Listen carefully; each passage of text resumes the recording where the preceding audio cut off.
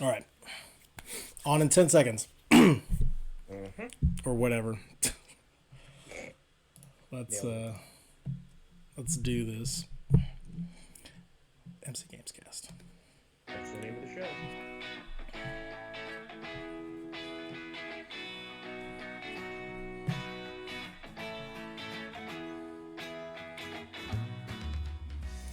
Hey everybody, welcome back to the MC Gamescast.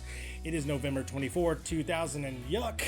I am your host, one of your hosts, Charlie Zarsuela at CharZar81 on Twitch, on Twitter, on Facebook, on pretty much damn near everything. I would like to introduce to you my buddy next to me. It is Mitchell Barrett. Mitch, take it away, buddy. That's all you. That's me. That's me. I can barely hear you over the sound, so that's not working. It's great to be here.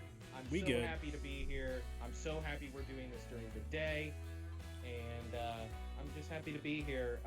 This overlay looks weird, Charlie. What's going on here? Well, this is what are you talking about? I don't understand what's wrong with the overlay. I see it. I see it up here, or maybe up here. Who's that? Who is that guy? I don't know.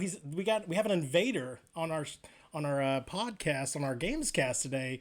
This is the man. This is the myth, the legend, Smiffy from across the pond. How's it going, buddy?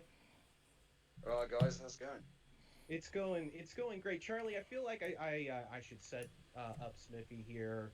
Okay. Real quick, if you don't mind. Go right ahead, Mike. My brother-in-law, the great Nick Streamy.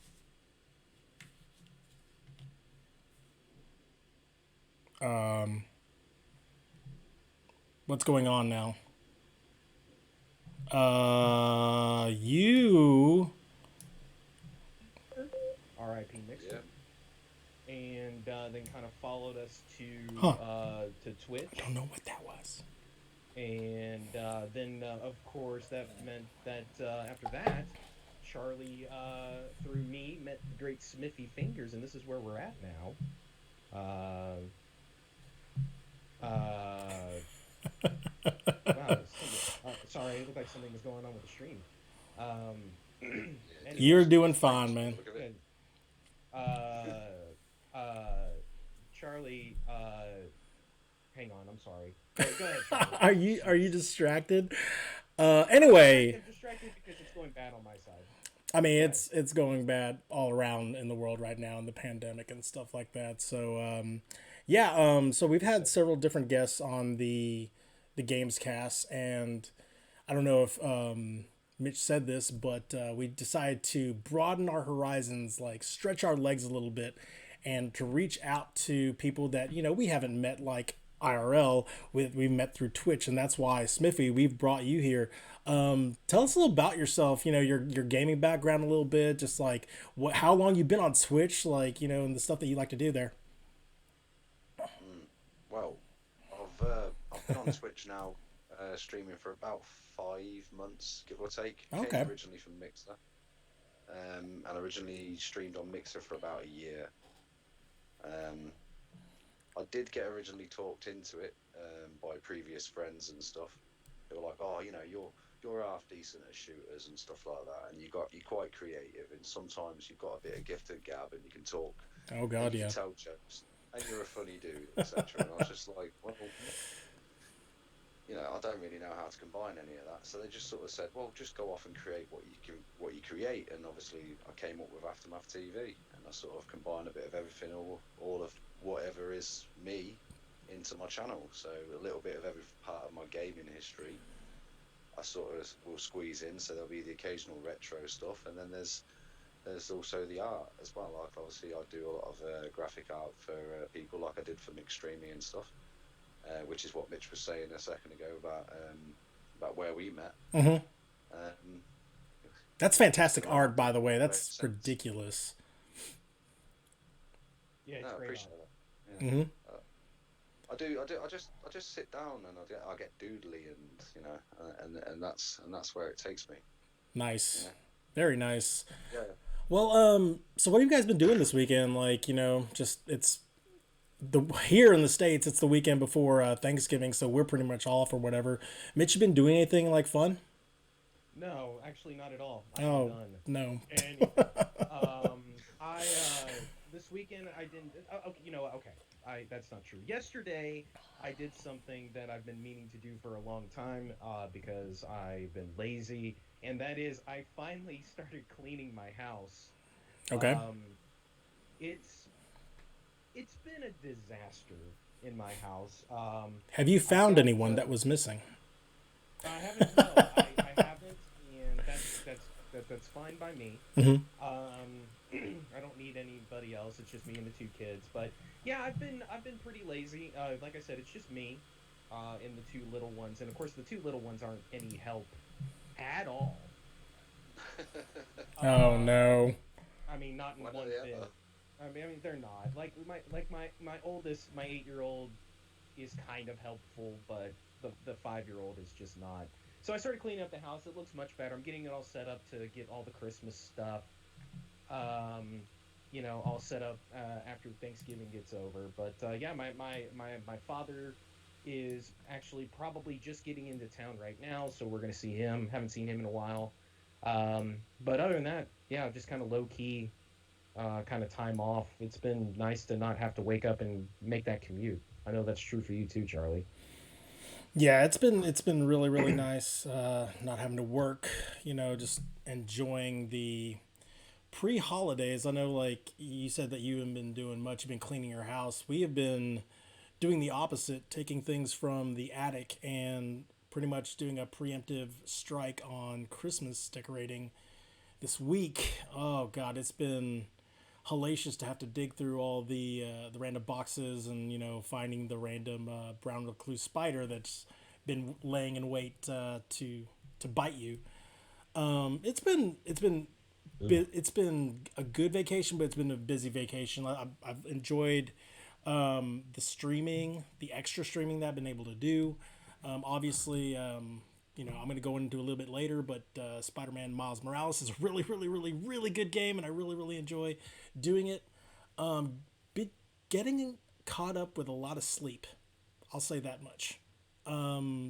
When you have to work and stream at the same time, it's a lot of okay, what are people doing? Like on Twitch right now. What are people doing on Twitter? Gonna kind of keep the grind going, per se. But like more or less, it's just like reaching out to other people, just saying, hey, hello, how are you?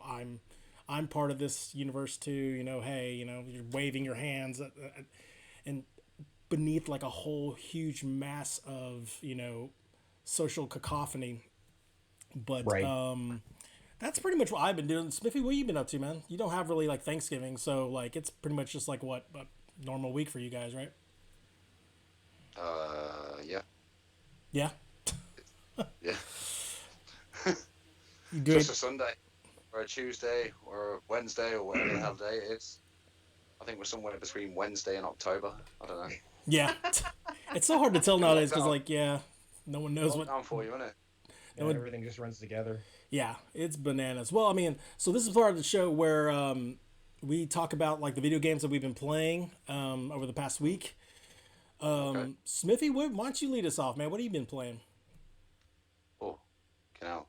Uh, Today I've been playing some Little Hope, Okay. and I completed the Man of Medan yesterday again for the second time. I did the curator's cut, which was completely different choices, completely different outcomes, and I got a few different people killed. Oh, really? Yeah. Do you like that? I mean, like, so I played episode one and that atmosphere, being on ships and ship jumping and stuff like that. How do you like, how is that? Have you played the first one? Let me ask first. Uh, what the Man Yeah. of Medan? Yeah. Yeah, no, I completed the first theatrical version of it, Okay. and I managed to get everybody out alive towards the end, and then I got like two main characters killed, Okay. which was fun, and I got a lot of enjoyment from that. But I was also somewhat sad, and I thought, I'll go back and I'll try it again, and I'll do like a different version of it. like choose different paths and such. And then I unlocked the curator's cut, which gave me the opportunity of actually doing that naturally in the game anyway, which I wasn't aware of. Yeah. So that caught me with my pants down royally. So yeah, I full on shit myself live on stream, and Excellent. obviously the boys were there, the mods were there to tear me a new one, as they always are, you know. So this is from the same people that did Until Dawn, right? Yes. I believe so, yes. Yeah. Have you played Until Dawn, Smithy? No, Okay. no. So I was gonna ask how it I was sad compares. about. I would imagine it's the same kind of, well, it's the same kind of ordeal, really. You know, you choose your own adventure, don't you? Yeah, you get given a final outcome, and obviously the outcome's there; it's inevitable. You've got to decide what happens in between. Right. Yeah, Hmm. yeah, that makes it fun. Hey, what's up, Josh? Hey, buddy. How's it going? Josh Shizzle. So that's pretty much what Oh, you've been shit. playing over the last week? Well, today and yesterday, yeah. Before that, I've really been I've been trying to get my head around a little bit of Rainbow Six Siege, but Oh, it's not. yeah. No, it's not a nice game to me. No. And what was the other one I've been really enjoying was Star Wars: The Fallen Order. Oh, okay. Oh yeah, Mitch, you said yeah, you were going to like jump into that thing too. yeah. Because the Game Pass added Now, the EA Play stuff. So so it's got all that. What do you think of it so far? what the EA Pass? Well, Star Wars. Oh, Star Wars. Yeah.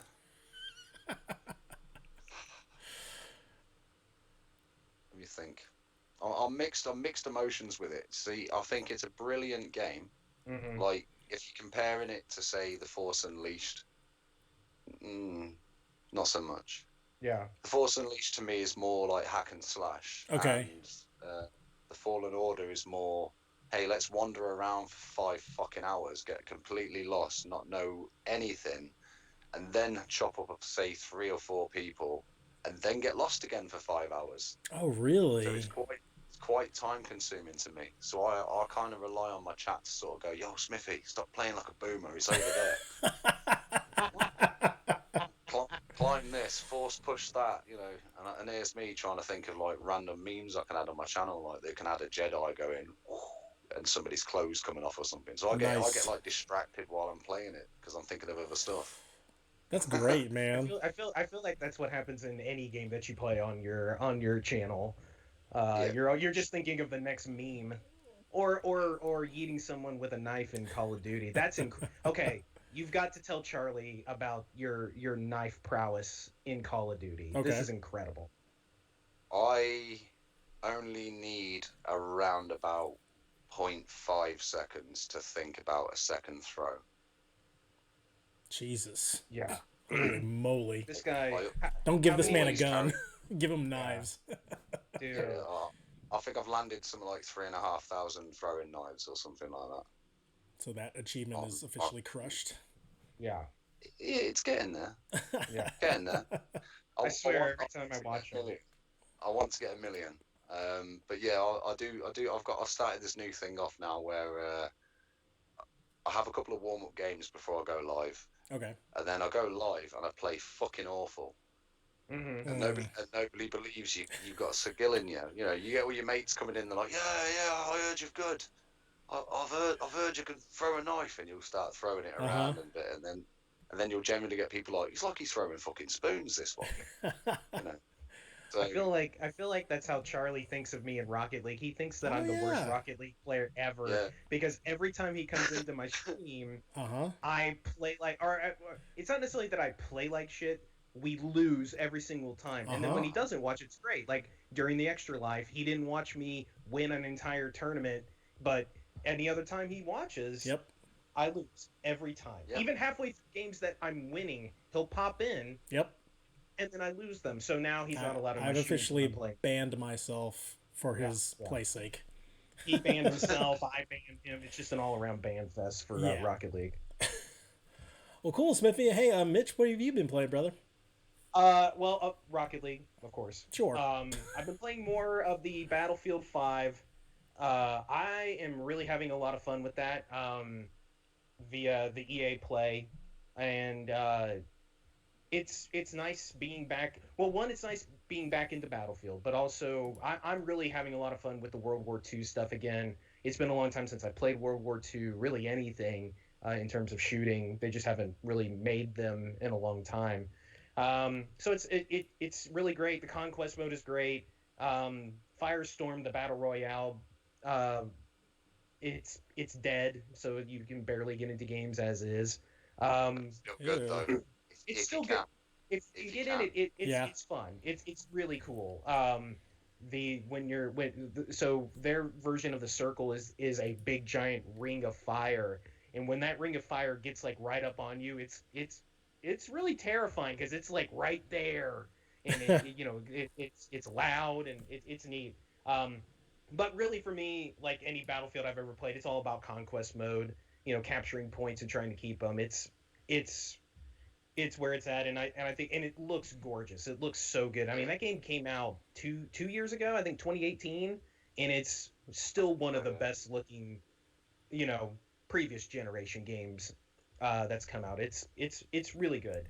Um, but the other thing I played, and this is a new thing, it's called The Tourist, and I got this on Game Pass. This is a it kind of has a look of Minecraft, almost kind of a Lego look. Was Um, that was that what you were playing the other day when I came in and I was just like, "The fuck's this?" exactly. Yes. It's funny Yeah. because you were the only one that was like, "What the hell is this?" Um, Yeah. but it's really cool. It's really interesting. The music's really good. It kind of has a retro sound to it. Like the jump has a retro sound to it, kind of like Mario. Um, Basically the premise is that you go to this island on vacation, and there's this big giant monument. Well, you end up inside of this monument, and then there's like this secret of this span of islands that you're trying to unlock.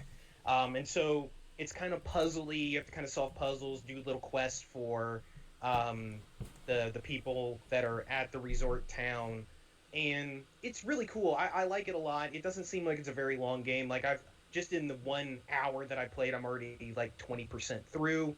And so it seems like it's just one of those kind of short, like 4 to 5 hour games. I want to keep playing it. It's really neat.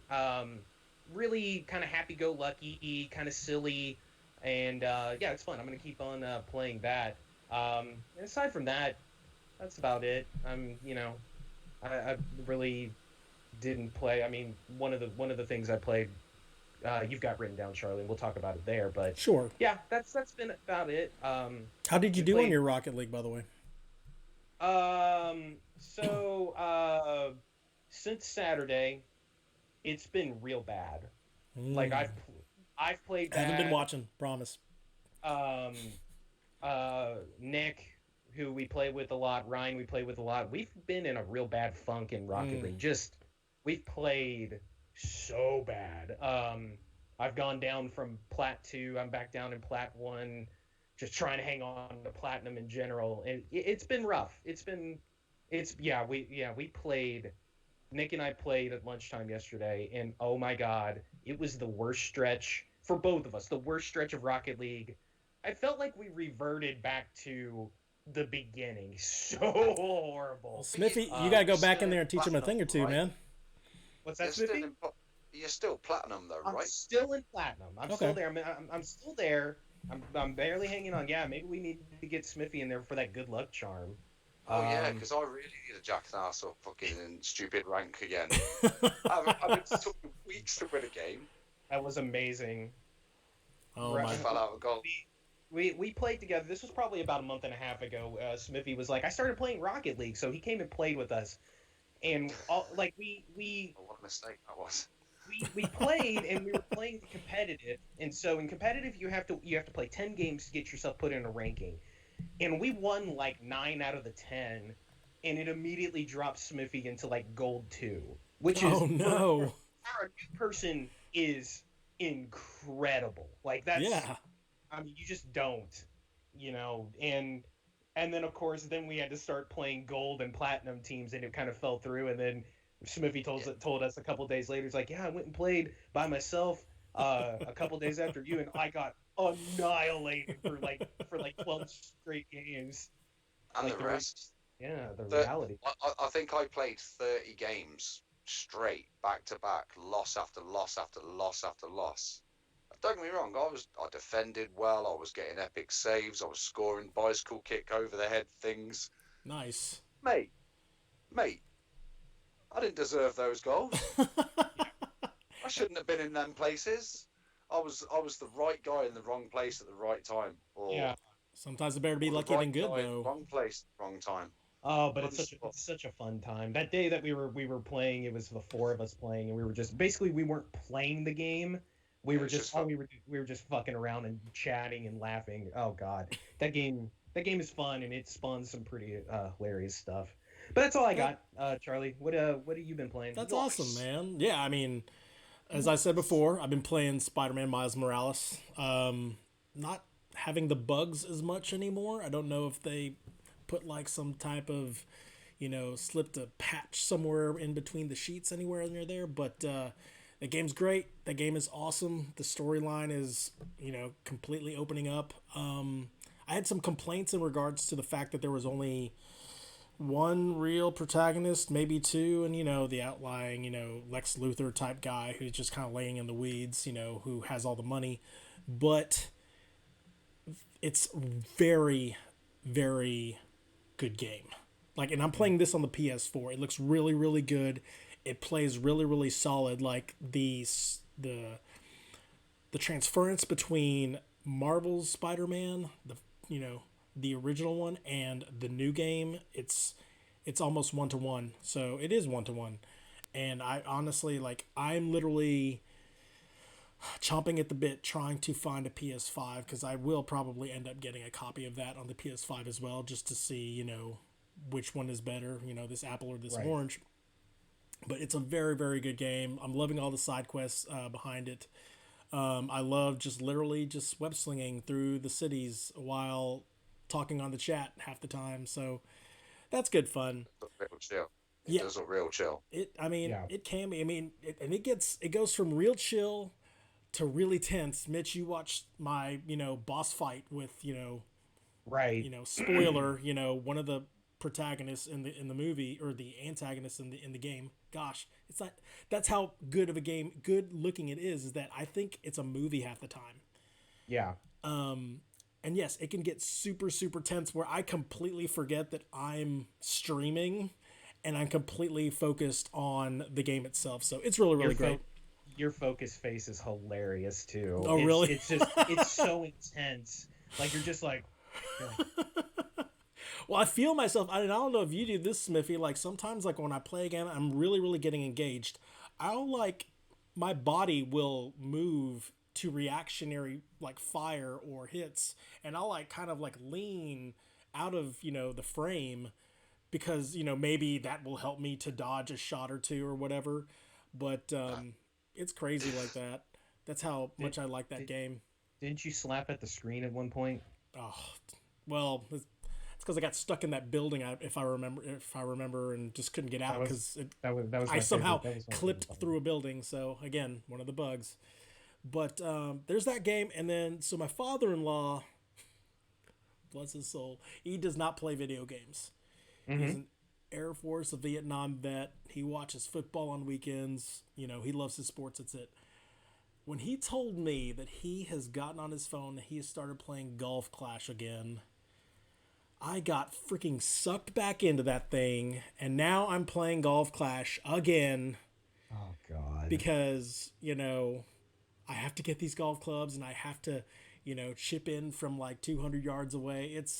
That game is, it's a very easy game to play when it comes to golf. Honestly, it's the fact that I've been watching a lot more golf. I had some money wagered on several of the majors that were playing here in the States. The Masters were being played in November, so I won a few bucks there. But after watching it, you kind of want to start like playing. I don't know, Smithy. I don't know. I know you fish. I don't know if you golf though. No. Nope, not at all. Never even tried it. No, no, no. No, no, I've been familiarised with golf clubs. Oh, really? I, It's an uh, understatement. I hesitate to ask, but yeah, no. Golf Clash is really, really good. again, it's a really really easy game to literally pick up and put down. It's one of them things. I didn't, sorry, I didn't mean to drop No, that you're one fine. like straight down there. It's just like, nah, No, nah. no. If you don't play golf, you don't play golf. It's one. I don't fish. Mitch has tried to intrigue me. I've watched seen all your pictures on your Discord and stuff, and I'm like, maybe. And I'm just like, and 2 seconds later, I'm just like, I just can't. I don't know. There's something about that activity that Oh, it it's just so good. doesn't It's flow so much with my fun. blood. So, I wish I could do it more. but so there's golf clash, and then we've been playing Among Us. I've been Hmm. playing with several other people, just kind of just jumping in and out. And I will This is good. say, you like it. We got to get Yeah, you to yeah, I play like with Among us Us. one Yeah, time we gotta get you when in. it's not 4 in the morning when we play. Yeah, It's a lot better, and I'll say this again because I've said this before. It's so much better to play with people you know than people you don't. Because I think I got kicked once for quote unquote being the smartass, and yeah. someone what was that guy's name, Jeff, where we just pretty much just voted him, like, and unanimously voted him off because he was just like, he called an emergency meeting. We're just like, well, later, buddy. Like, Oh, that was immediately. Like the game yeah, started and he immediately pressed the button, and then we were like, you know what? Get out of here. yeah. And so, Okay. yeah, like it that's probably the one thing I don't like about that is like hackers or people who just like drift onto your stream. They'll just go Yeah, in and plant and waste your time because if you don't vote, you're just kind of just sitting there twiddling your thumbs. I'm hoping that the developers can develop some type of patch that will allow the creator to say, hey, like, hey, you're just wasting our time, kick you off, bye, let's move on. yeah, But it's a really really really good game. Like, we had so much fun, and like we end up to tend to hate each other after that yeah, game. yeah, yeah. See, it's one of those games where you tend to sort of learn real fast who to trust and who not to trust, and then you realise that some of your closest friends are really, really conniving fucks. Yeah. Oh, definitely. Yeah. Yeah. Like Nico And then you, asshole who's like, Well, oh, and and then I you don't know what can't I'm look at them doing. right afterwards. You can't look at them right afterwards. It's like, well, if you can lie on Among Us, what else can you lie about? well, yeah, and I think it's great because everybody has their own way of lying and trying to trick everybody. See, You know, he's some saying that. people. He's saying that. He's sus, right? Oh, Yeah. 100. No, I'm a terrible liar. Like I'm bad. Like I'm not very good at all. Like our friend Nico is like the best. Like he played an entire game and acted like he's never played or seen the game before. It's like You're yeah, like, I every don't know time what someone I'm would get doing killed here, and we would go into guys. the meeting, he would be like, I was over in the corner. I don't know what I Um, was doing. I've never played this before. I don't even know how to do certain things. And then in the end, he was the guy. And of course, he was like, "Oh, I know exactly what we're doing here." I mean, Yeah, you can only do that once. yeah. He can't yeah. get away with that again. But it worked that game for most of it. Now you see, Among Us is one of those games where I've got one of those gamer tags, and everyone sort of like knows it. So I got voted out for like 8 games in a row. Mhm. Every chance people got, they were like, "Smiffy did it! Smiffy did it! It was Smiffy! It was And Smiffy! everybody I swear it was and Smiffy!" everybody believed him. Yeah. I was innocent the entire time, every single goddamn game. And the one game that I was actually the imposter was the very last game of the thing, and I yeeted everybody one by one, Nice. One by one. one Yeah. by one. And even while I was like slaying people, there were still people going, "Nah, Smithy wouldn't do it. He's done 8 games in a row. It wouldn't be Smithy." Yeah. And even then, I'm like, "Come on, guys, who are you going to believe? You know, you've kicked me out innocently 8 games in a row, and I haven't been bitter about it once." It's the Yeah. ultimate You know, long game. You're just It like, was okay, yeah. eventually I'm gonna beat long this ball the game. imposter. Yeah. Yeah, that game is cool. Like Charlie, we keep talking about this, and one day we're gonna get there. I want us to play with 10 people, and I want to have multiple Oh no, imposters. I want yeah. to do that. That My that's the goal. Having the impossible, having the imposter or multiple imposters, and having them kind of work together. Like that'll kind of open up a different kind of strategy once we're able to do that. That'll be a good time when we get there. yeah, no, Hang on, I've got what's several that say? feelers out. What is Josh Shizzle saying? Hey, Smithy, if I make a Hitman contract on PlayStation 4, can my brother on PC play my contract? How the fuck am I supposed to know? I'm not a game developer. Oh man, and that is our games that we have played over the last week. Oh man, it looks like we've been playing a lot of games, and coming up next, we now have the news.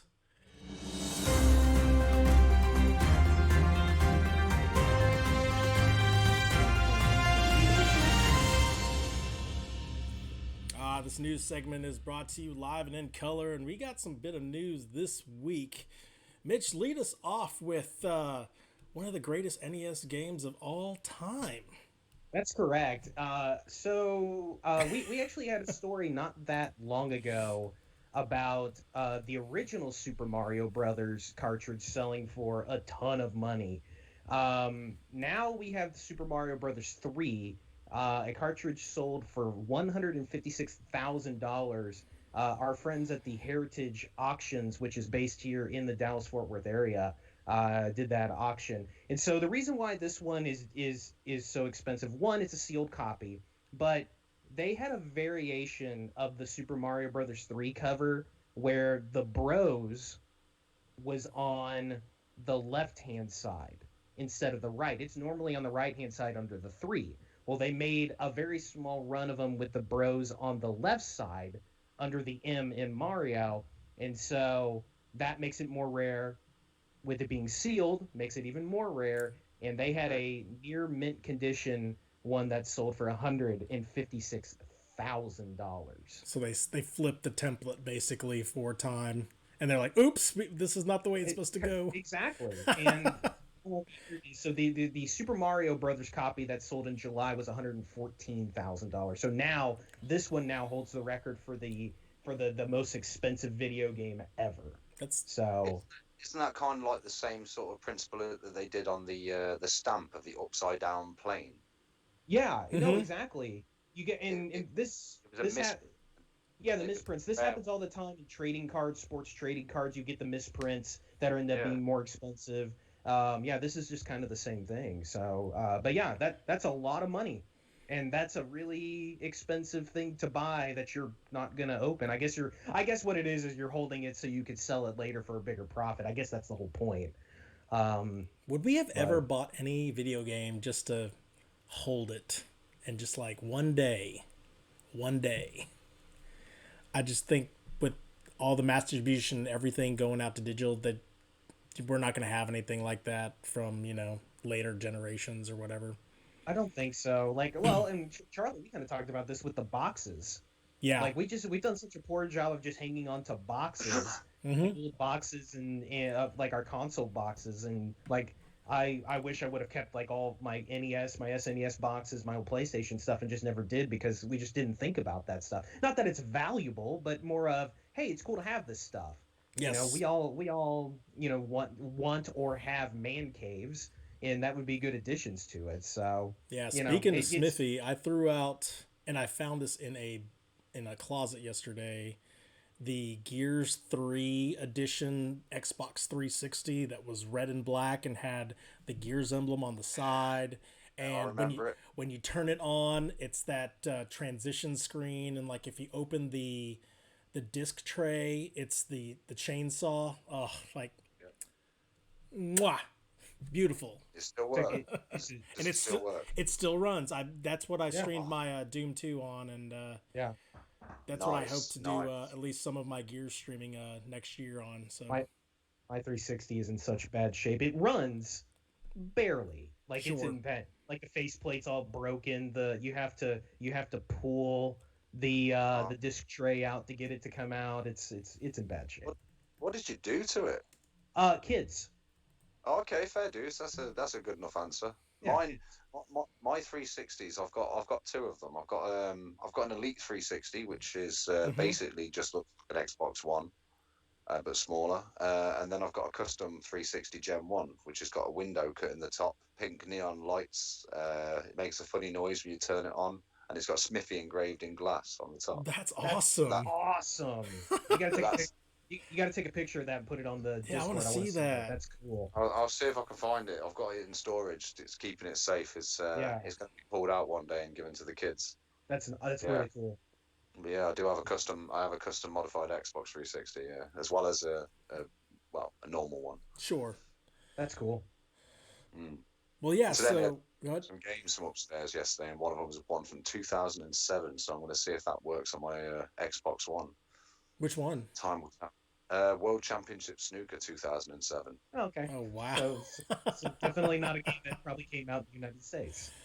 No, no, no. Very British. Very, very gin. Let's go get some tea down our throats. Yes, John. very extremely British. What happens if you put like a British dedicated disc into an American disc? It's just like it doesn't read, or I'm always Not the wondering about that. 360. Not You the need. 360. I think you need multi. Is it multi-region? Okay. You have to have a multi-region update on your Xbox or a multi-regional Well, disc. yeah, on Xbox One and PS4, that era, the last generation, they started making that stuff region free. But the as close as back to the 360 PS3, they had it region locked. So yeah, we couldn't play snooker without without modding our Xbox. Wait. Let's try this again. Snooker? What's snooker? Snooker. Say that again for me. Snooker. That's what I said. Snooker. What do you want from me? I'm a dirty American. Snooker. What do you think how am I supposed to say it? Snooker. Snooker. He's a Seguin Texan. From where I'm from, it's called pool. Pool. Well, imagine pool with a lot more balls and a little bit more style, and that's pretty much what snooker is. A little bit more skill.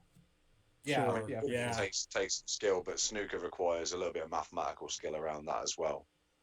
It does require a little bit more. I like to think knowing where the ball's going to be, estimating where you're going to end up, and be able to move for the next shot. Be able to play shots in advance, like chess. Yeah.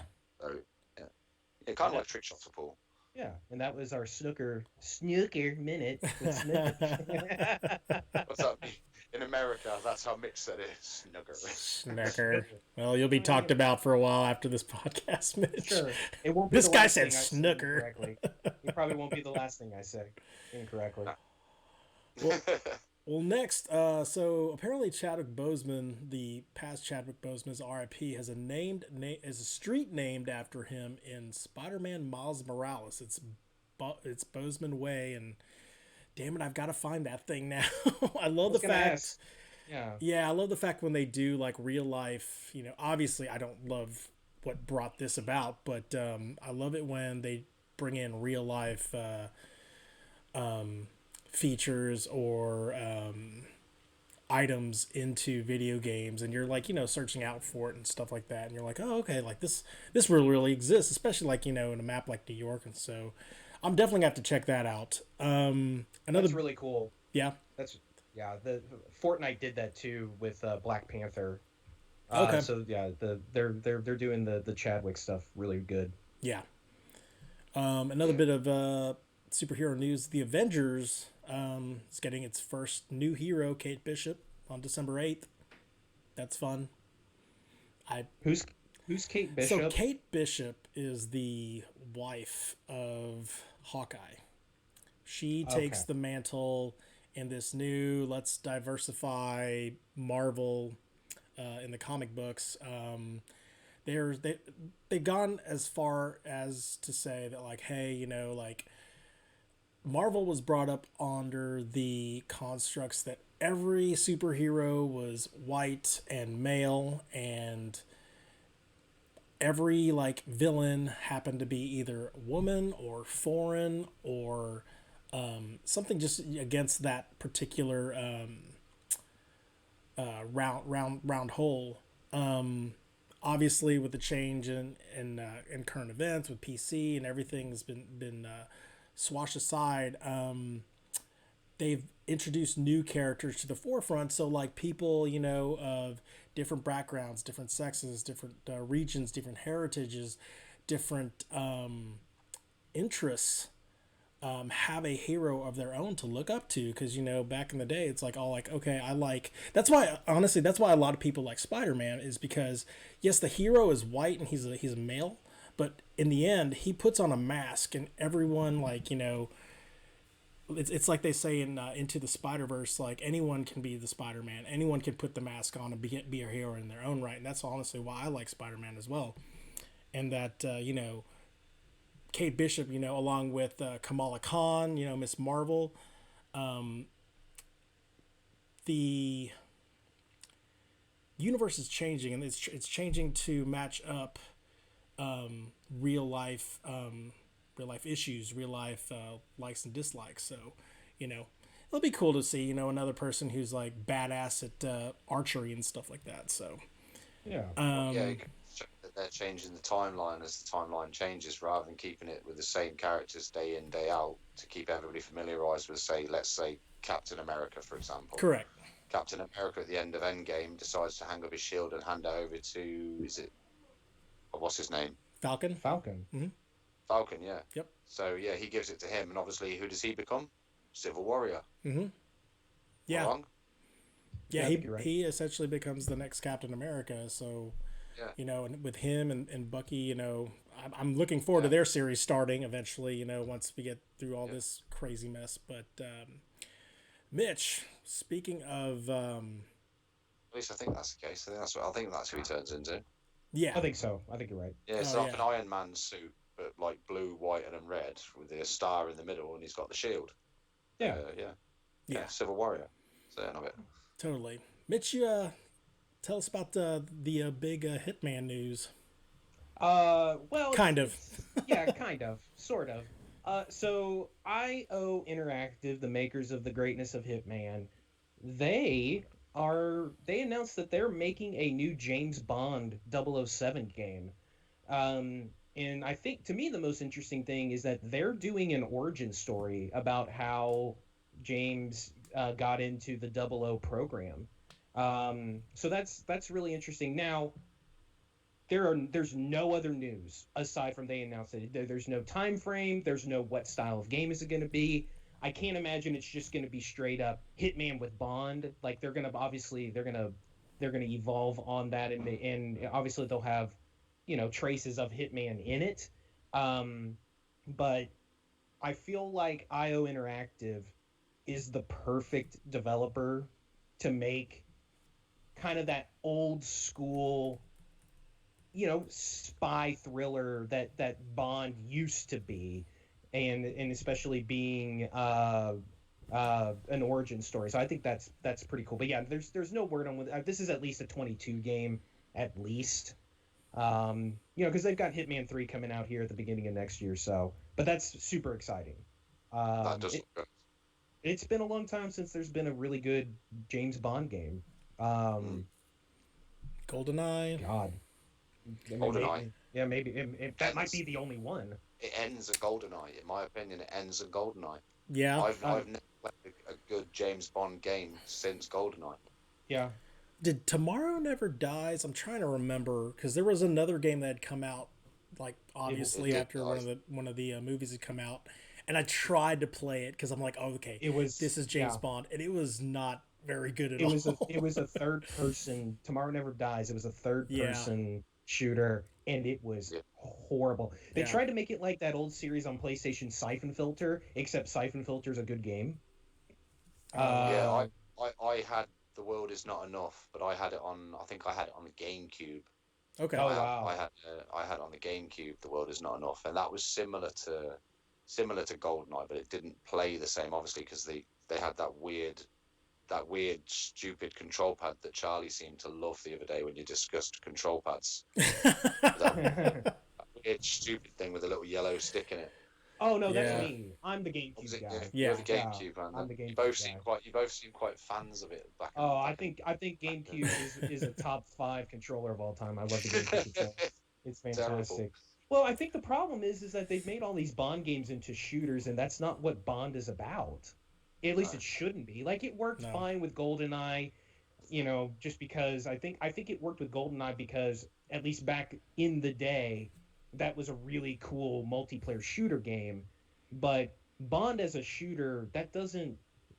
I feel like getting back to kind of that spy roots will do itself well, and especially with IO being the one that's taking it over. I think that'll be pretty cool.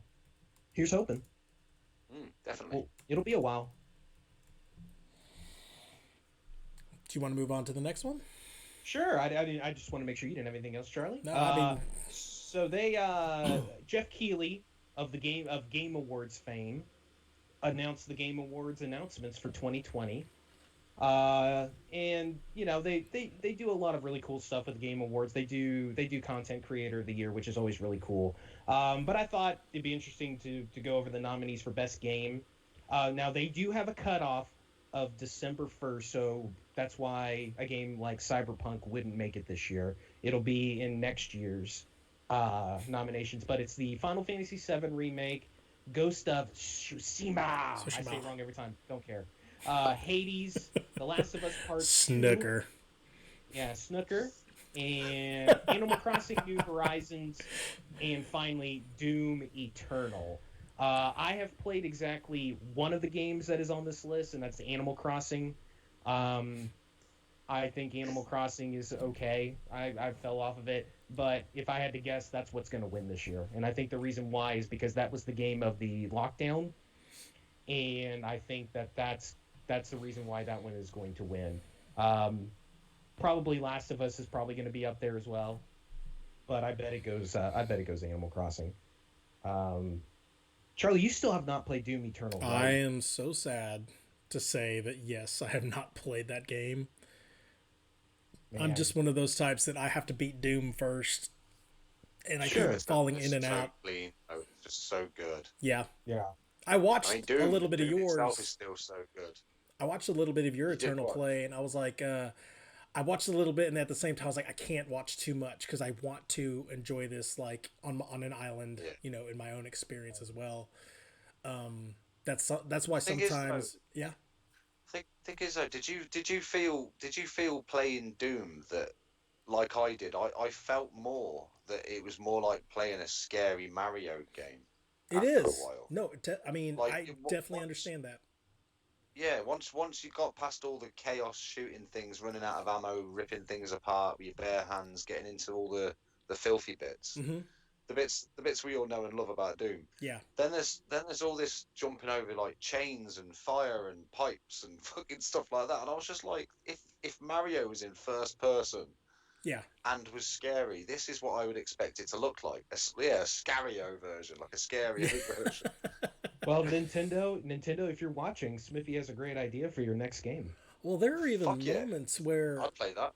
I've seen Mario Maker 2 levels in regards to like platform jumping and chain swinging and stuff like that. And honestly, Smithy, you hit it right on the head when you're saying like, yeah, once all the chaos and all the murder is done and the heavy metal has kind of died down, it becomes this jumping and swinging and double jumping, strafing midair, kind of platformer. And I mean, there's definite challenges to that as well. I'm not knocking that game because of that, but no, that's kind of interesting that when you break it down, yep, that's what you have. So, yeah. Oh, what do you got there? Can we have some? Oh, I've bowl of candy. Oh, nice. Looks good. Some tooth-rotten candy. I wish I had a bowl of candy. So yeah, I'm sad to say that I have not played honestly any of those games. Like, God, love. I wanted to play Ghost of Tsushima. I mean, obviously Final Fantasy VII remake that'll, one day get completed in 2030. The Last of Us Part 2, I'm still in the middle of Last of Us. I know a lot of people have given me grief about that I haven't finished that game. That game is brilliant. But again, I'm slowing my way down, and I'm a video game. Like, have you ever seen the movie Up? I'm that dog where it's like, ooh, what's over there? Like, let me try that out really quick, and I get captured in there a little bit. Squirrel. Yeah, I'm like, if I see a squirrel, let me go over there. So I have so many uncompleted games. Yeah. That reminds me of Josh on Hitman. Every time I watch him, he's comedy gold. He's my favorite Hitman streamer. I'm telling you, like, I talk to him. He's so funny. I talk to him all the time off of stream, and I'm like, dude, I see you. You're literally going to your objective, and all of a sudden you're like, what's this over here? I Yeah. got to find out what's over here, and then all of a sudden you're in a Or room full of in the neck of some old lady instead of his actual target. It's like, yeah, oh, God, again. yeah, again. Well, let's reboot. It's like Ryan in Left 4 Dead.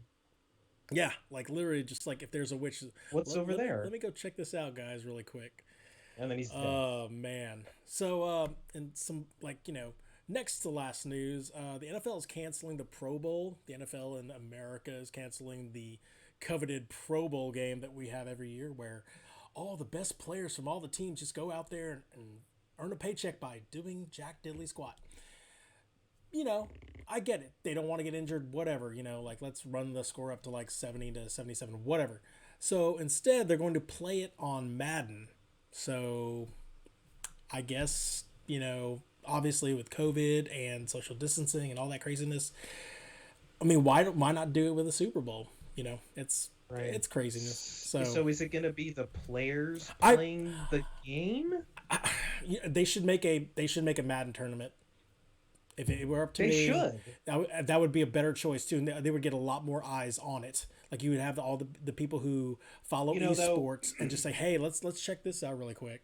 You know what? That's actually a good point, Charlie, because they do the Madden tournament where they have a representative from each team, like a fan from each team, and they Yeah. do that through the Super Bowl, but do that with players for the Pro Bowl. That's Yeah. fantastic. I like that. That'd be great. Sure, have the Pro Bowl game played, but like honestly, like I know the NBA's they've done their like teams and stuff like that. I think the NFL Right. would benefit from something like that, especially like with everyone soaking up all the new consoles and stuff like that.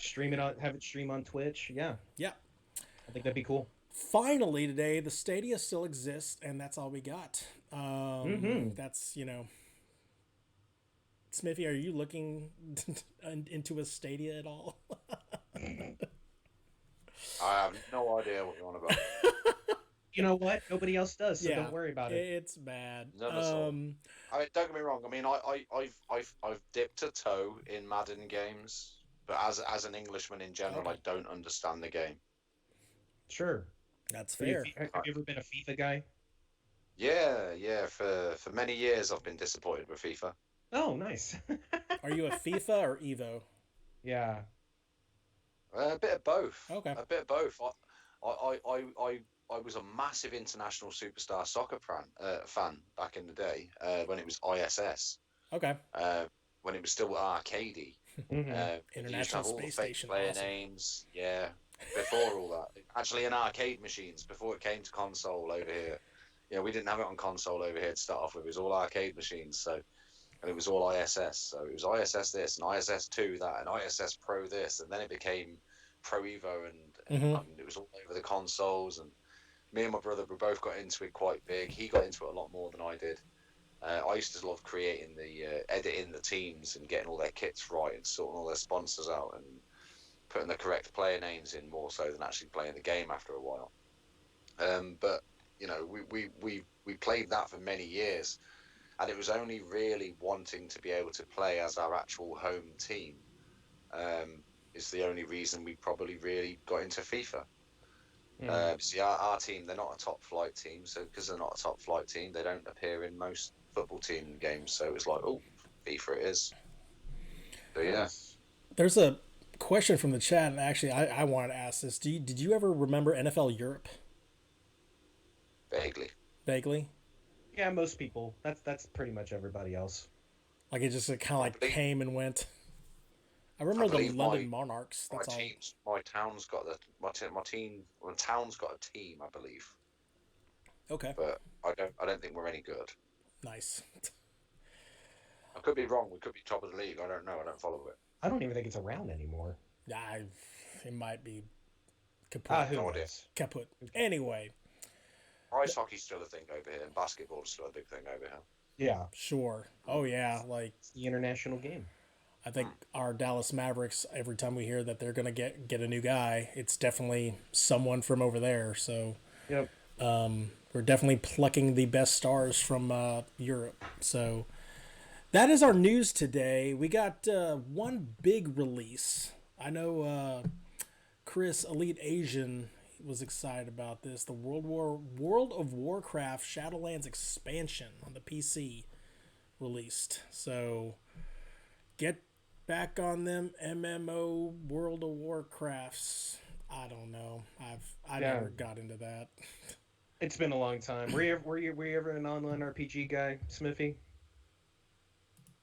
You gonna No. reactivate your account, Mitch? No, I'm not. I haven't played that. I haven't played that game in a decade. I had fun with it back in the day, but yeah, I don't. I, I'm I, happy for I everybody else.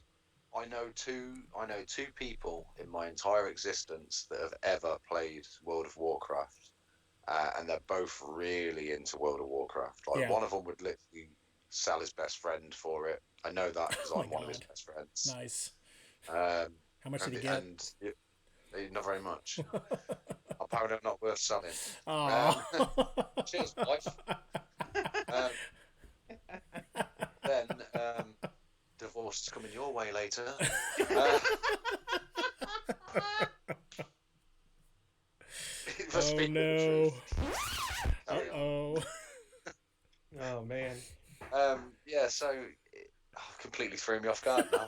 What was talking about? World of Warcraft. World of Yeah, and then there was Warcraft. yeah, I bought an expansion pack for somebody, and I thought it was an actual follow-on for a game, and I knew nothing about it at all. But it was just an expansion pack, and it cost me like $80 or Oh 80 my quid. god. And I was like, yeah, and I got it for him, and I was like, yo, got you this new game, and he was like, it's just DLC.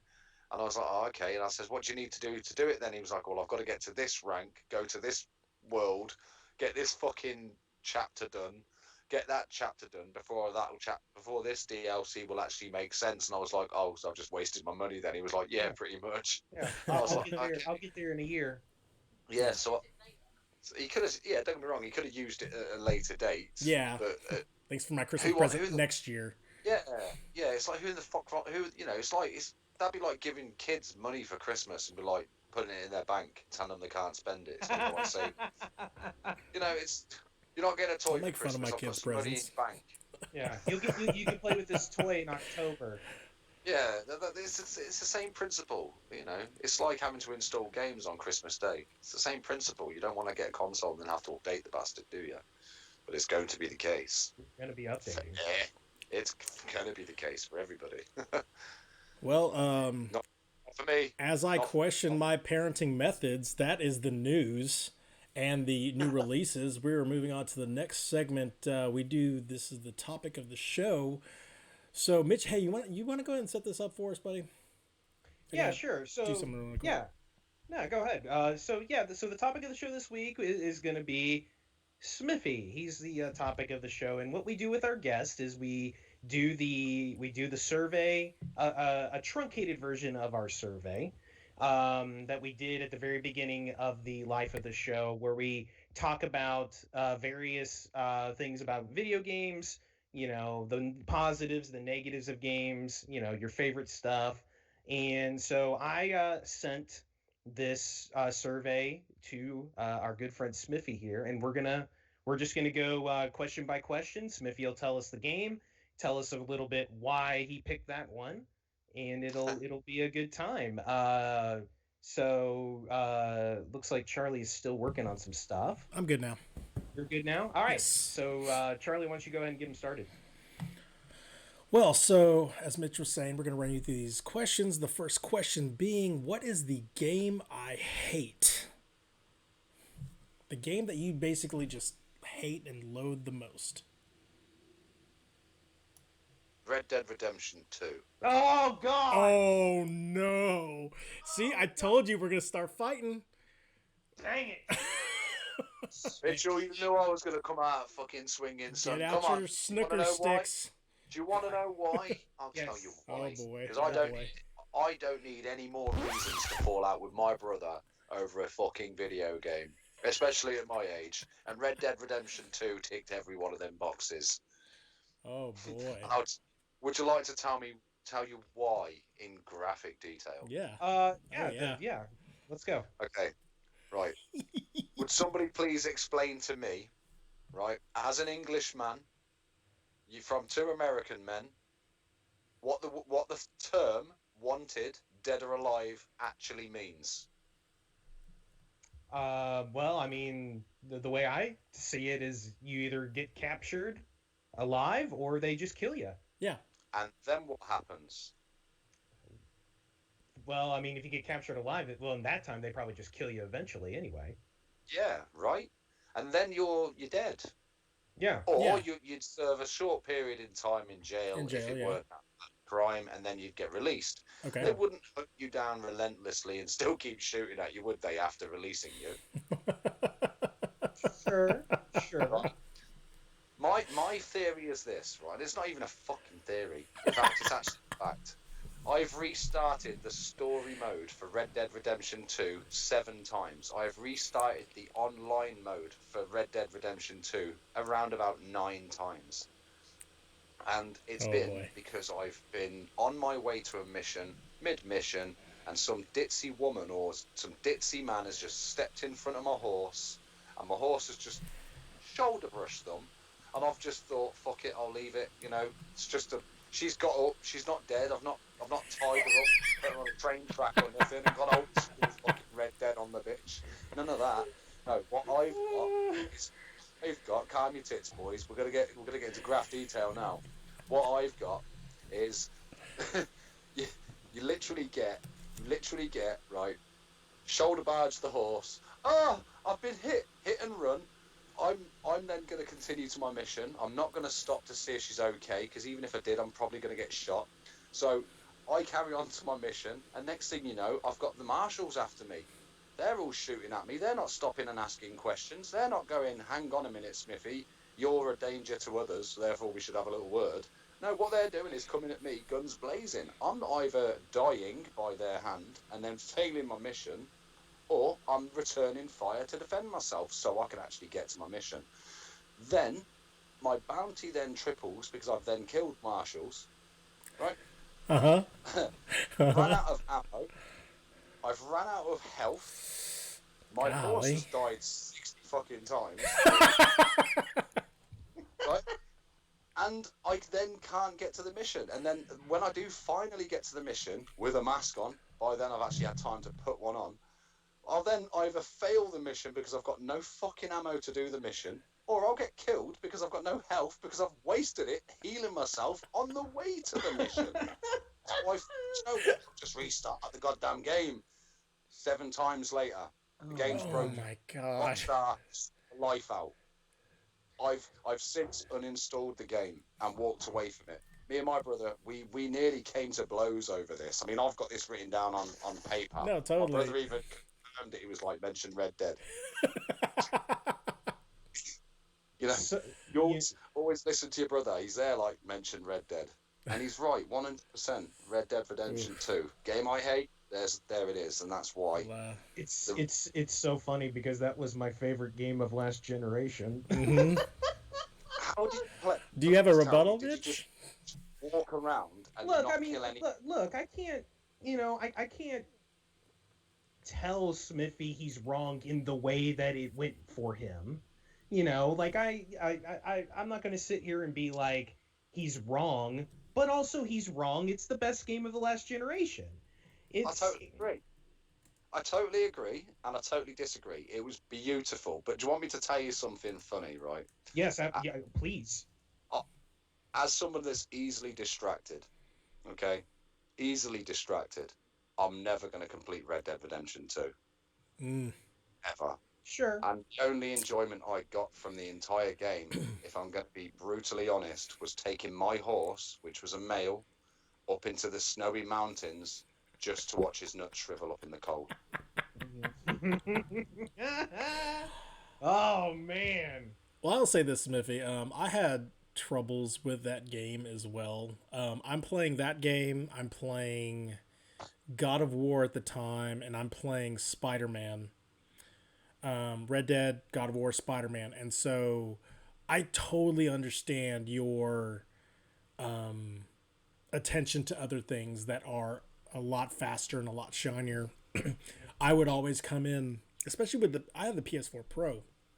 And so technically the download times were supposed to be a lot faster and et cetera, et cetera. When I would download that game, oh my gosh, I could take a hot minute, go take a leak, come back. That game is still loading. and literally giving me enough time to think, do I want to play this tonight? Because it's just one of those things where you're like, oh my god, like, and like you said, it takes for fucking ever to get from, like, say, point A to point B to even just start the mission.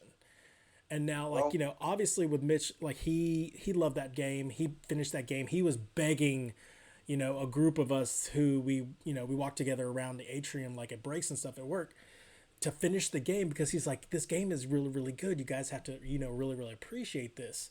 And I did, I finally pushed through.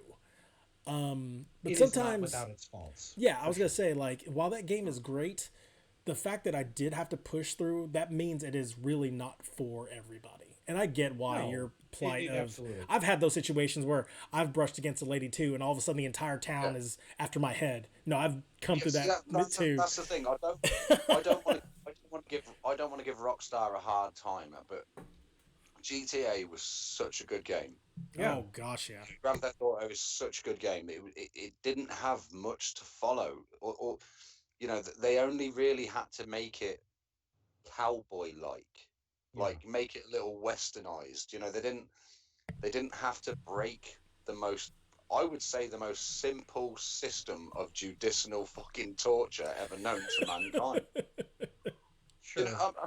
If you're dead, I mean, bearing in mind, right, my bounty, right, is fucking hell, $45,000. Wow, that's a lot. Okay, that's a lot of pennies, right? I'm a good shot, right? I have killed hundreds of marshals. I'm still probably about 5 missions in. Oh my gosh. Rockstar forced my hand. They have forced my hand by breaking the wanted dead or alive system, because if they're actually killing me, I'm no longer wanted. Let me carry on my mission. Give me a chance to get my $23 or whatever the fuck I'm trying to earn. Yeah. Because that's the be all and end all of the game. The money's so low in value. Yeah. But I mean, I haven't even unlocked a fishing rod. Oh wow.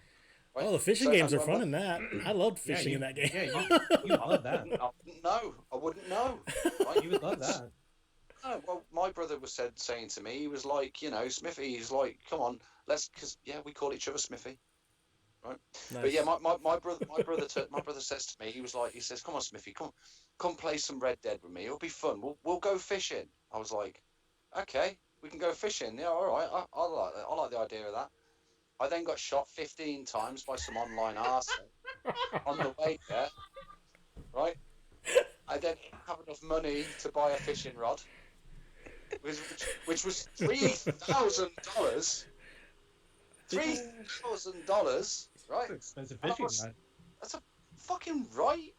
It's a stick with a bit of line on it, for crying out loud. How much fucking fishing do you think you're gonna get done? It's the cowboy times. I could have just pulled somebody over at the side of the road into the stagecoach robbery. Give me your stick. Did you ever cross Rockstar? Like, did they write Smiffy into their algorithm to just increase the Marshall chase down intensity system or something? I guess so, man. They wouldn't fucking dare. I've completed the Undead Nightmare. I've completed the original Red Dead. Yeah, really good. Several times. I'm a big fan. Yeah. When I first took a look at Red Dead 2, I was like, my God. I even said to my missus, this is fucking stunning. Visually, graphics. I said, I think the mission I was on was where you're looking, I think it's for, you're looking for John Marston, and you find him in the snowy mountains, and you got the cougars that have attacked him. Yeah. And that's cinematic view as it's pulling you through the mountains. I remember sitting there looking at my wife and going, "This is beautiful. They've put so much work in this." And she was like, "What was the last game?" And I was like, "Iffy." But Smiffy was iffy. It was iffy. Red Dead was good, but it was iffy. I mean, you could be like on the run from the police. I say the police, the law. You could be on the run from the law, and you'd be yeeting everybody left, right, and centre, looking behind yourself without looking, shooting some cowboy off your horse, feeling like a man. Then all of a sudden, a fucking deer will just jump out in front of you and just completely wipe you off your horse. You're then dead. killed by nature, Oh my and gosh. the entire world falls apart. It's amazing. You've got to love Red Dead for these simplicities, but Red Dead 2, Hmm. no. That's a Well, shame. I But could, that's awesome. I was gonna It say like forced my. we could go on a little more, but we gotta move on. And I'd hate to. Did you preface these questions with our rule, Mitch? I'm just curious. I did not, Okay, but because this might be the same yeah, thing with it's fine. the Doesn't next matter. question being the game that completely disappointed you. Fight Night Champion. Okay, Really? Yeah. how so?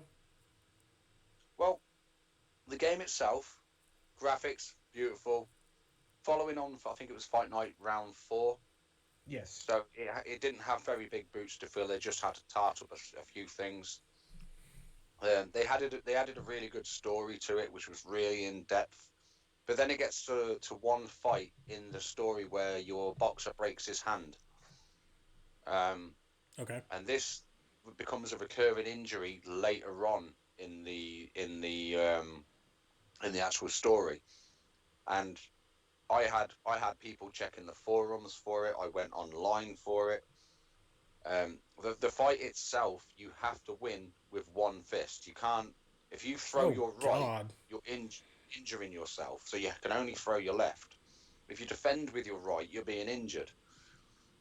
And it got to the point where it was like I was genuinely saying to the chat, because I did it on stream to prove it. Okay. And I said to the chat, I says, guys, this is fucking impossible. And even Jesus was there. He was like, "Come on, Smithy, you can do it. You can do it. You can do it."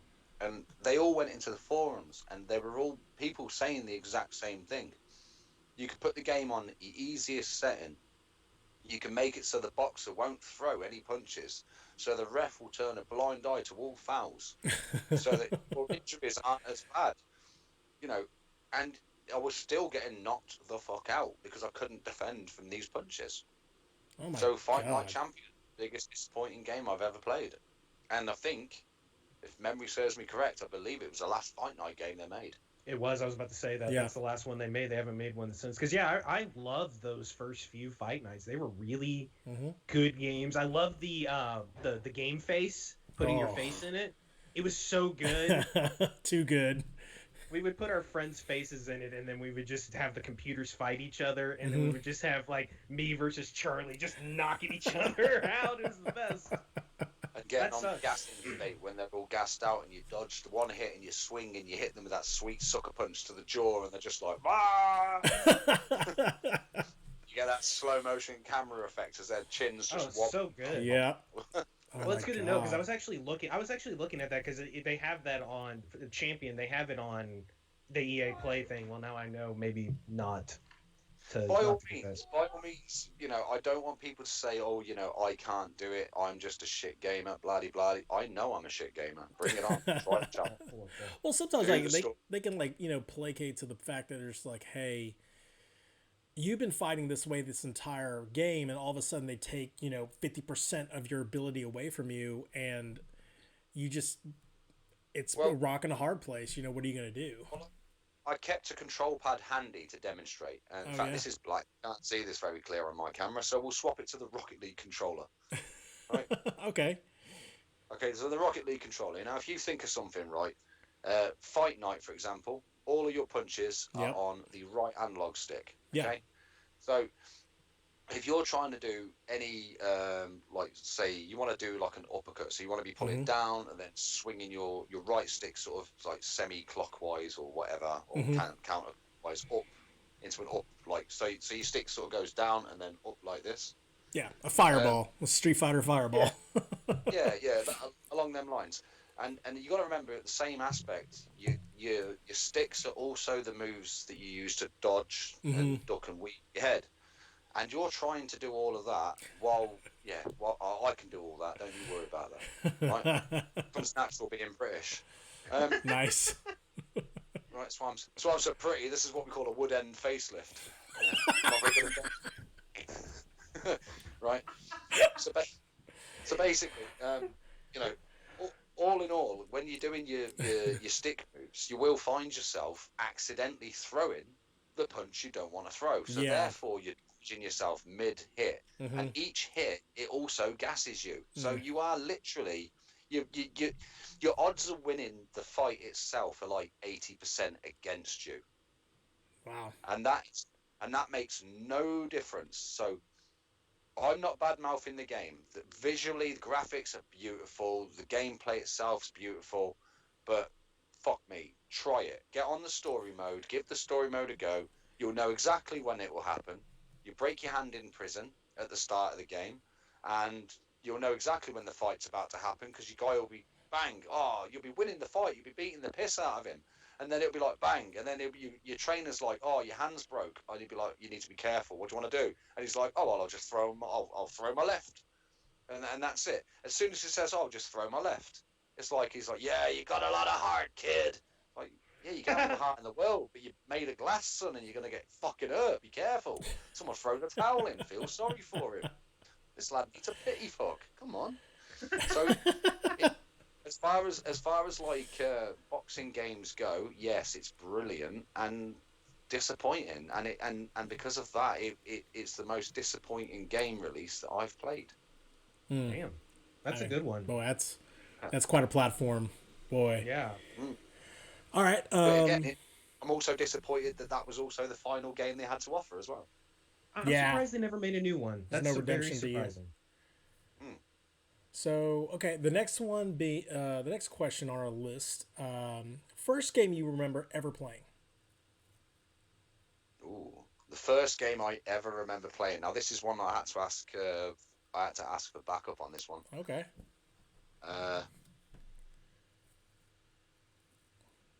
Okay. What did you play on the Amiga? If you take the piss now, Chuck Rock. What is that? Chuck Rock was probably one of the best Amiga games that I think I've ever played. Okay. At the time, its graphics were brilliant. It was a bit like it was a platform game, and it was a bit like it's a bit like the Flintstones. You played a caveman. You had to go from one end of the map to the other, jumping around the world, dodging boulders. You could pick up rocks, throw them. You had a big club. You could club things. You used to have some funny catchphrases. It was quite adult-based humor. It was a bit quirky. I think we had it on the Amiga 500, if memory serves me correct. But yeah, I'd say Chuck Rock and probably Rockstar Ate My Hamster. Oh, that's awesome. That looks really cool. So apparently they made a Chuck Rock for the Super Nintendo also. Oh, really? Yeah, I just looked it up really quick just to see what what it looked like. It reminds me of a Super Adventure Island, or Adventure Island practically. Sure. That's really cool. But at the time, the graphics on it was so nice. Yeah. That it was all ahead of its time. And it sort of never went. I think they made a Chuck Rock 2, but I don't think they ever made a third one. I think it made its way to NES, and then I think that was it. Yeah. Mm-hmm. But Chuck, yeah, and then I think, you see, I've got a list of games here that when it said like first games you ever played, and when I say like I've got like Chuck Rock, Escape from the Planet of the Robot Monsters. Mm-hmm. That was another good one. I mean, we're talking like 1980. Fucking hell, 1989 maybe. Okay. Yeah. Getting into these kind of games, and these would have been on like old Amigas, old Commodore 6. I mean, looking at our consoles, we had Commodore 16, VIC 20, Commodore 64, the Atari 2600, Amiga 500. We had some old machines. That's awesome. But yeah, I would say these games probably go down. But I'd say the most infamous one that you guys would probably know would probably be Monkey Island and Double Dragon. Oh yeah, for sure. I know me some Monkey Island, man. Double Dragon, man. Yeah, without a shadow of a doubt, yeah. That's But cool. I would say, yeah, when it comes to earlier games, I would say Chuck Rock and Rockstar Ate My Hamster. Chuck Rock, that's awesome. God. If you don't know Rockstar Ate My Hamster it was a music mogul game, and it was all like comedy based about like daft like musical like outcome stories that like your average everyday pop star rock music mogul would get into, like I don't know. One of them was addicted to prostitutes. The other one's addicted to drugs. you've got like 1 minute you've got Michael Jackson nose falling off in one thing, and then you've got fucking Freddie Mercury literally biting the head off a hamster. Therefore, the name of the game, boxed up made by hamster. As one would. You should Garbage. You should play Chuck Rock on your stream. You should get an emulated version of it and play Chuck Rock. Oh, you'd never get me off it. A speed run. Speed run of Chuck Rock. I don't ever remember completing it though. That's the thing. I don't ever remember finishing it. Now you have reason. Now you have reason to go back and now you have reason to go back and defeat that thing. Old school Chuck Rock. That's right. So we go from Chuck Rock to most underrated game or series. Skate and fight. Skate's great. I've never played Skate. When I say underrated, I did the same with Fight Night. They were both really great series, and they both end. Like, EA just seemed to love to let games die. And sadly, that was two of franchises. A skateboarding game that was actually better than Tony Hawk, and a fighting game that was actually better second. Yeah, Skate's the more realistic version of Tony Hawk. Admittedly, it does have a pretty high entry point in terms of learning how to play it, but it is very good. That they're bringing Skate back, right? Yeah, they're not bringing back Fight Night though. No, but Skate, people have been wanting a new Skate for almost half a decade now. Well, they've got is it XL Skateboard Pro or whatever it's called?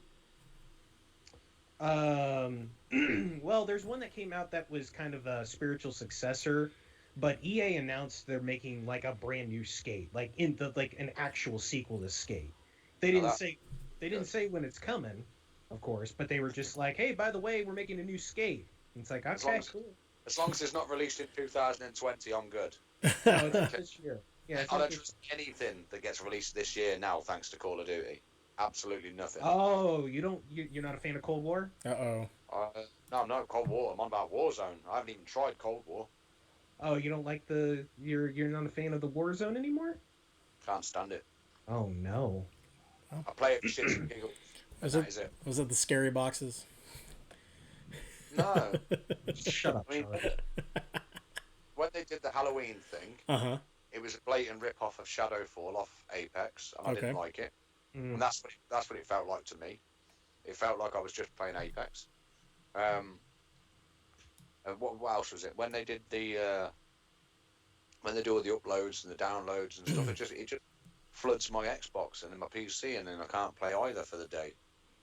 That's why, I mean, boy, we're wondering how that's going to transfer over to these other systems that have such limited capacity in their storage, and everybody going digital and stuff. Like, it's like you said, boy, I had to clear out, and my PS4 Pro has a terabyte of memory. I had to clear out several games out of my downloaded library just to put that sucker on there. And then when there's a patch coming in, oh boy. Oh yeah. Move the books over. Cold War is 200 gigabytes on PC. My God. Not interested. Yeah, it's a lot. Yeah. Sorry. You've lost me. You've lost yourself another player. There I'm you out. go. Straight. Well, they lost the listener. They lost. Yeah. They lost you because you can't fit it on your stupid hard drive. Man. Oh, I can fit it on my hard drive. I'm just not going to buy it on principle. I've got a 10 terabyte hard drive, dude. Damn. There you go. There you go. God. But I'm not filling that up with just Call of Duty games. No, I wish. I've got 200 games. I'm not gonna fill my hard drive for one game. Yeah. None of my other games are that thirsty. I put Battlefield on the other day, 1.7 gig, and I hadn't played it in 6 months. Yeah. I put Call of Duty on, I hadn't played it in 2 days, 200 gigabytes, and it took fucking all day, and then broke my Xbox. Then needed uninstalling, and then I had to reinstall then the story mode, the multiplayer, the Spec Ops, the Classic Ops, and the fucking Warzone. But incidentally, what they gave me was Warzone first and the store first to make sure they get their cash cow and their fucking money in, bastards. And then on top of that, I then had to wait for the actual parts. I mean, I've got the disc copy. I then had to wait for the parts that should have been installed, hardwired, not being touched, on my disc. So what they did was Wow. break my game. They broke my game. Well, that's a good reason. Why not to like that? Do we need to go back? Do we need to go back to most disappointing game? Because it sounds like it might be that one. No, because I still will play it every goddamn day, and I will say the same thing every goddamn day. Call of Duty this time round, Modern Warfare, they have made the best war game they've made in years Yeah. and first. And the only reason they fucked it is because they've listened to too many people instead of not actually doing what they know best, and that's making a fucking good shooter. Yeah. Nice. Too many people have come along and gone, this gun kills you too fast. But what they forget to tell people, bullets hurt. Yeah. Yeah. Exactly. We don't have guns in the UK because they're dangerous, right? You know, we don't seem to have very much gun crime for that. And all I'm saying is, guns are guns. They kill people, bullets hurt. What do you think's going to fucking happen if I shoot you? Yeah. Yeah. You're probably going to die or be mortally wounded. You, it's gonna happen. If you want to play a game that allows for sponge damage, play Gears. It's good. Play Fortnite. Play Fortnite. Play Apex. Even better. There you go.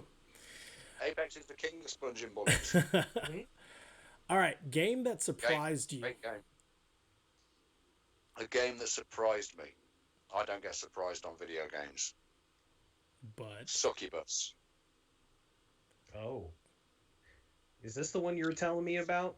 what is this? Oh yeah. Oh, okay. You've got to explain this to Charlie. Yeah. All the graphic details. Oh, great. I didn't want to say this while on camera. Or on, But but Succubus made me question morals as a man and a human being. okay. Hmm.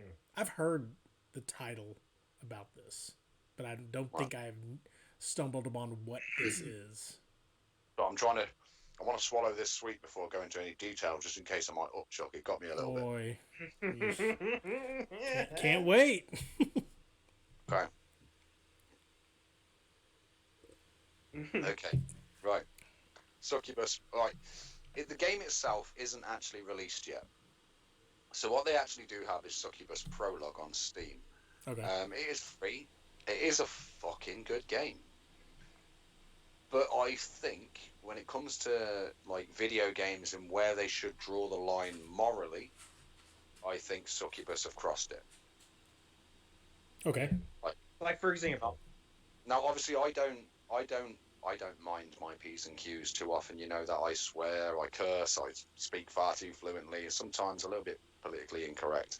But if I'm ripping out, I can't even believe I'm going to say this on camera. No, go for it. If I'm having to rip out the fetus of a pregnant woman to progress further on a video game, I shouldn't be playing that fucking video game.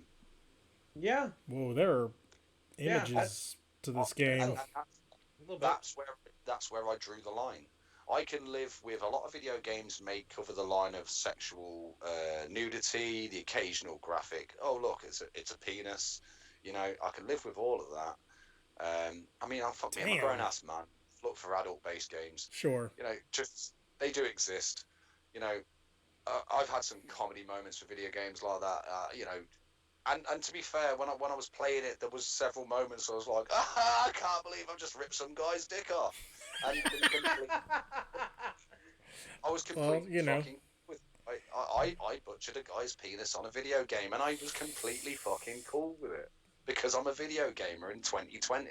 You know, we don't see very much that leaves us shocked and fucking speechless. But that's very true.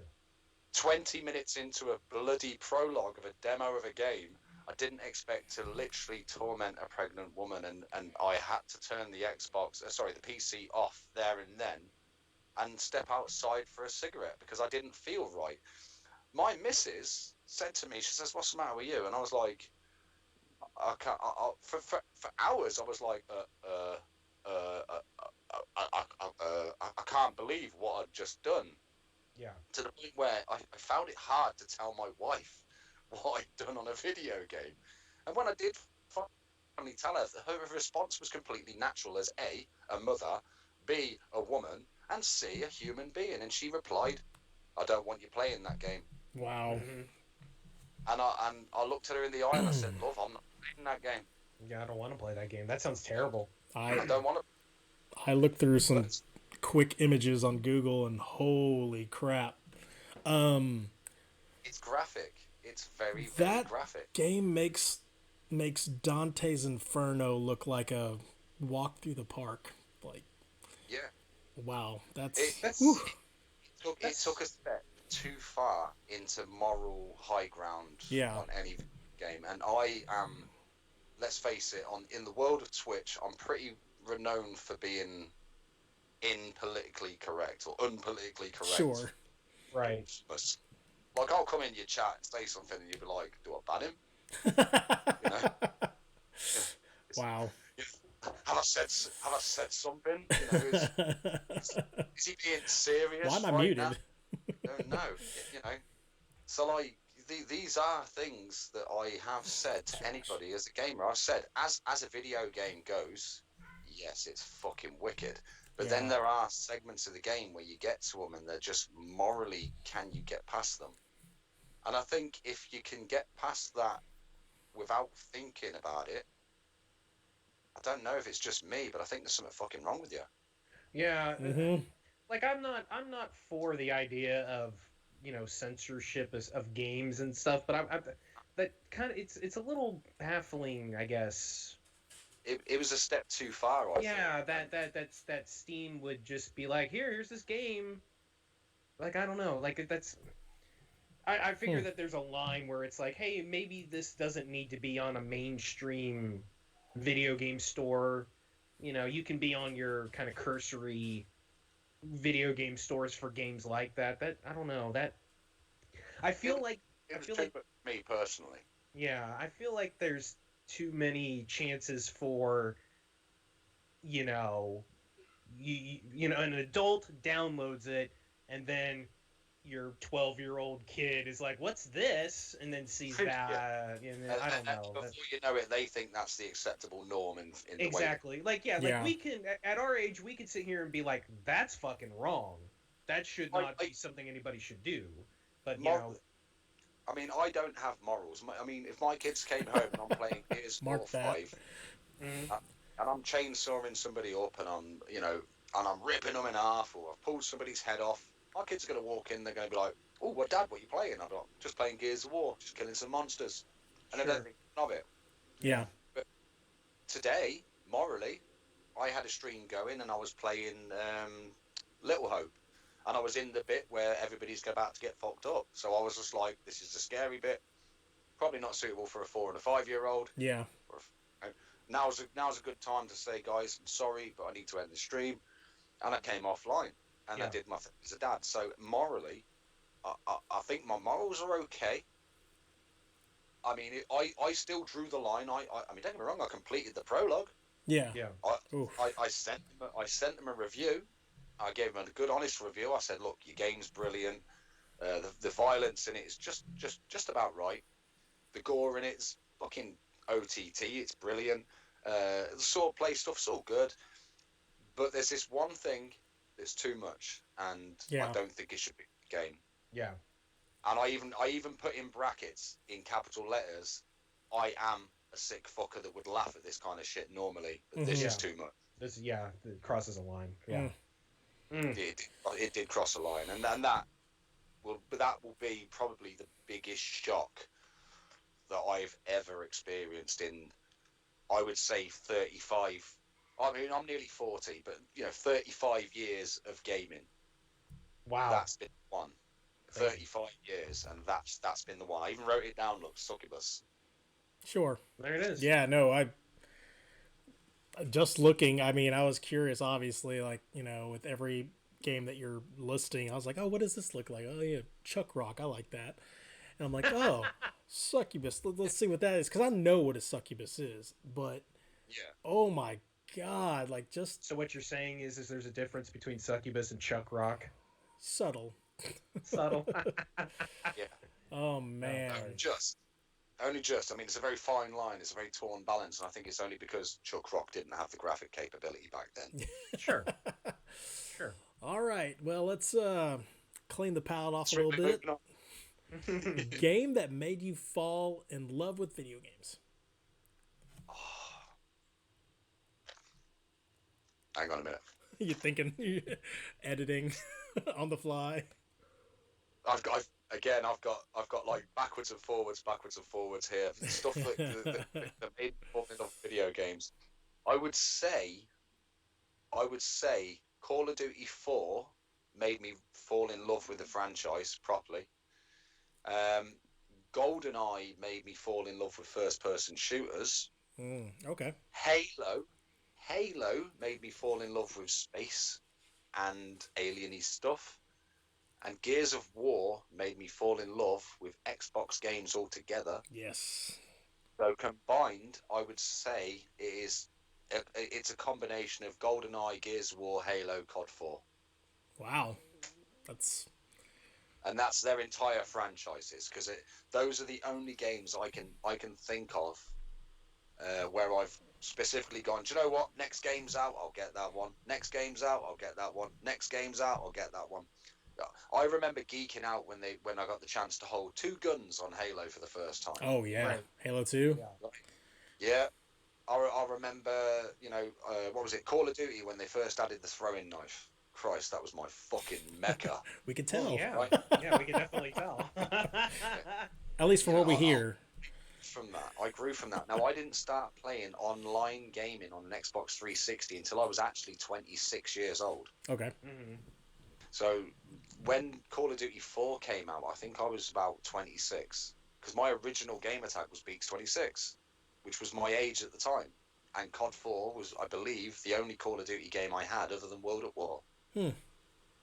So, yeah. That's the first Modern Warfare, right? I believe so, yeah. Yes, that's the first Modern Warfare. Yeah, it was the one where Soap come into it for the first time, and he meets Price. Oh, what kind of name's Soap anyway? And that lovely voice that you guys seem to love.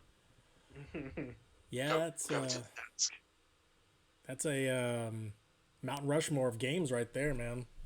Yeah, it is. I'm a very random guy, but like I said, like when Mitch asked me, he said, "Look, do you need any time to prepare some game for the answers?" And I had to reply to him, "Dude, I'm a variety game streamer. I've got games coming out my arsehole." Mm-hmm. That's great. Years. I mean, I grew up with video games, same as you guys, just in a different world. Yeah. Which I mean, the video game world is not that much different between yours and ours. I mean, we all essentially had the same games. Yeah. Well, here's a little fun fact for you. Do you know the video game company Codemasters? Yeah. Yeah. Did you know that they're originally based in Leamington, which is about 10 minutes away from the town that I live in? I did not know that. That's cool. That's cool. Yeah, Codemasters. Yeah, Codemasters. Yeah, original Micro Machines creators. I don't think they're around anymore. I think they've been bought out by a bigger franchise company now. Probably. I don't know what they're doing now. Probably working on some next level Call of Duty or some shit. As one would. Yeah. Okay, so we're down to the last 3 questions. Game you regret never playing? God of War. Oh. Yes, it's so good. Now, you remember me saying to you before, when I converted to Gears of War, I never went back to PlayStation. I get that. That's when God of War started getting good.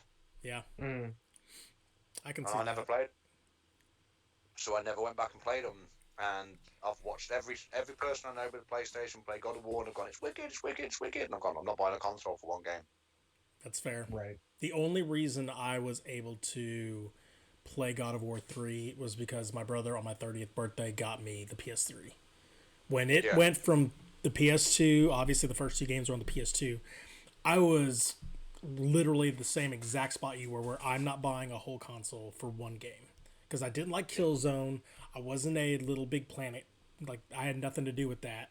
God of War was literally the one game that was keeping me drawn onto that console at that time. It's a great series, and the fact that it's, I'd say it's just ramping up even more. I'm not pushing anyone to go buy a PlayStation for one game, but I would, because if your choice is a Tetris and God of War, go for God of War. There you go. You're gonna have a great story. You're gonna have great gameplay. Sorry, Mitch. Sit back. No. Well, I was going to say, I bought an Xbox Series S for Tetris, and Smiffy is right. You know, as harsh as it seems, I'm more leaning towards PlayStation for that said reason, and I've missed out on so many exclusives, and Xbox just aren't ticking it for me. My PC makes my Xbox obsolete. 100%. Yeah. I keep saying it. I've said it on several streams. My PC makes my Xbox obsolete. I'm only playing Xbox for comfort. Right. Correct. It's my weird comfort blanket. It's the Bob's tits thing in Fight Club. It's that weird comfort blanket. Well, Smithy, another thing about the PS5 that would be of interest to you is that they're doing that thing where if you have the PS Plus service, they're giving you basically all of the super badass games from PS4. That's even better. So all that stuff you missed, you'll be able to play it. Yeah, all that stuff that you missed, your God of Wars, your Spider-Man, your Days Gone, just all that stuff. You'll be able to catch up on all that stuff if you get a PS5. No, see, here's the thing. I have a PS4 and I still missed out on a lot of that stuff because I generally play on Xbox mostly because that's where my friends are. Sorry, that's interrupt you for a second there, Charlie. Those are some lovely knees. Right. Thank you, my friend. So delicious. I've had one of them surgically repaired, so I own a PS4 and I haven't played hardly any of those games. Like I haven't played God of War, I haven't played Spider-Man, I haven't played Last of Us, I've played a little bit of that Horizon Zero Dawn. For a console that I've owned the longest out of all the consoles that I own, I've played very little on it, mostly because most of my friends are on Xbox and that's where I play my stuff. So, yeah, like when I get my PS5, I'm going to be kind of in the position that you're in, Smiffy, where I'm going to be able to play a lot of that old stuff that I missed from that previous generation. On a plus side, though, did you know that you can actually get a ping pong ball and just put it above your Xbox and just turn the power on, and it will actually make the ping pong ball float? Unfortunately, I don't have that version to be able to do that. I've got the smaller box. He has the VHS cassette tape. No, it's the DVD. Thank you. It's DVD. I didn't Well, get it's the size of a VHS cassette tape practically. Dude, that's amazing. It's so tiny. It's an amazing little both box. Consoles are big. I mean, the PlayStation's arguably the size of a fucking Betamax videotape player. It's incredible how big that thing is. Yeah, it's huge and it is quiet as hell. Charlie, I know you're ready for a quiet system. I'm gonna be on at 9 o'clock tomorrow, spamming my hell yeah the button to buy it. So click. The penultimate question: favorite trilogy or series?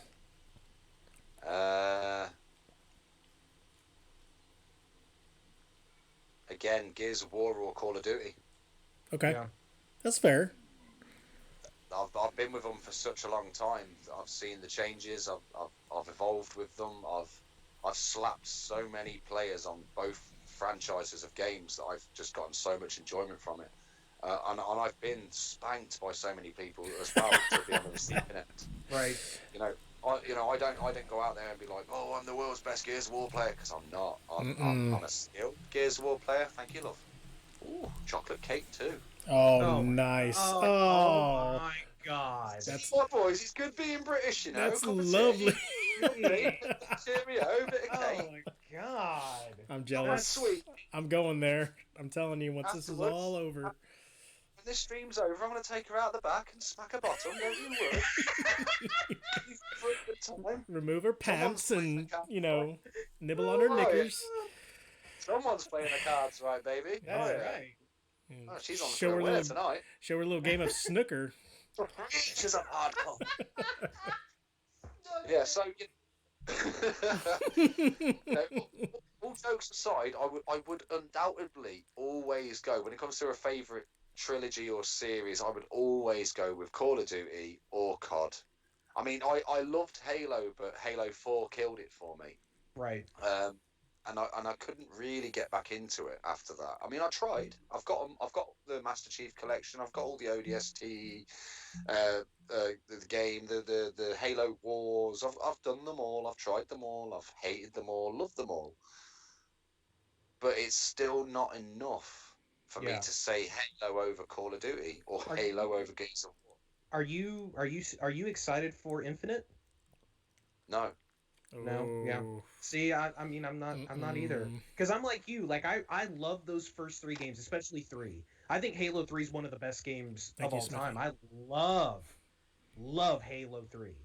And then it kind of fell off for me, and I haven't even played 4. And so, you know,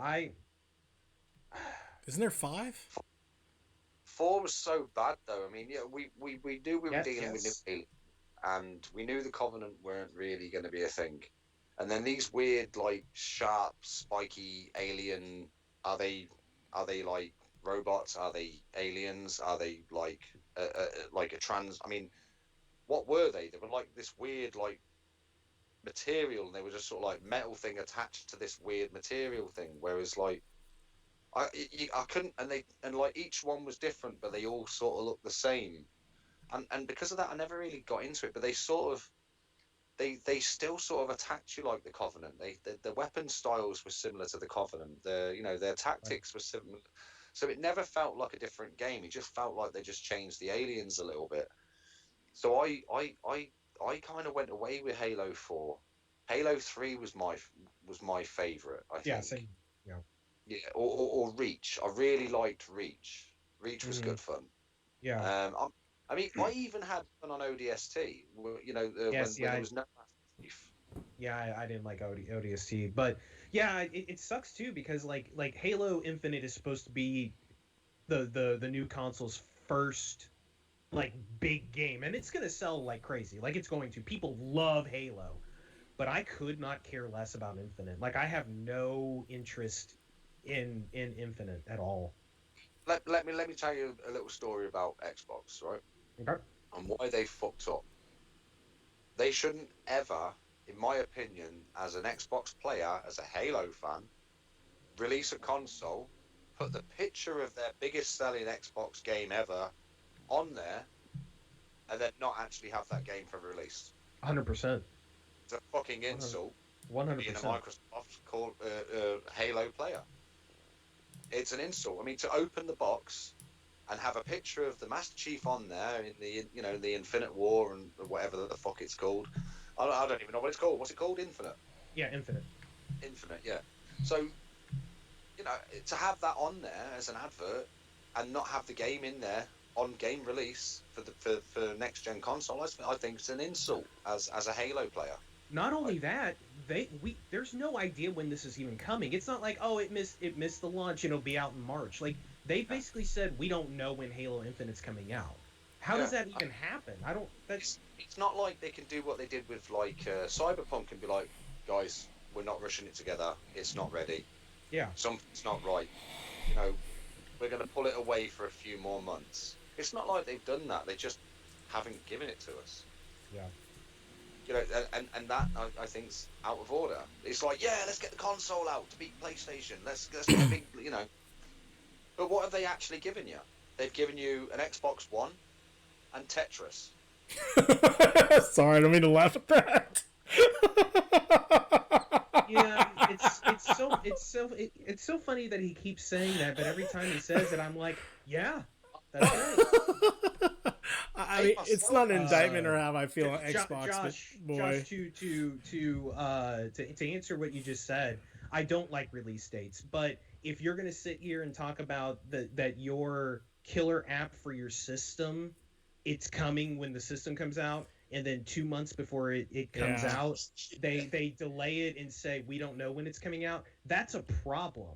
It's a problem. It's a problem for the system in general. The game should come out when it's ready. It absolutely should. Don't rush it. They were trying to get the pre-orders in. I wouldn't even blame COVID on this one. I think COVID's took enough blame as it is. COVID being Call of Duty's best-selling DLC. Sure. You know, I personally wouldn't blame COVID on this. I blame Microsoft for rushing together a product without anything to do with it.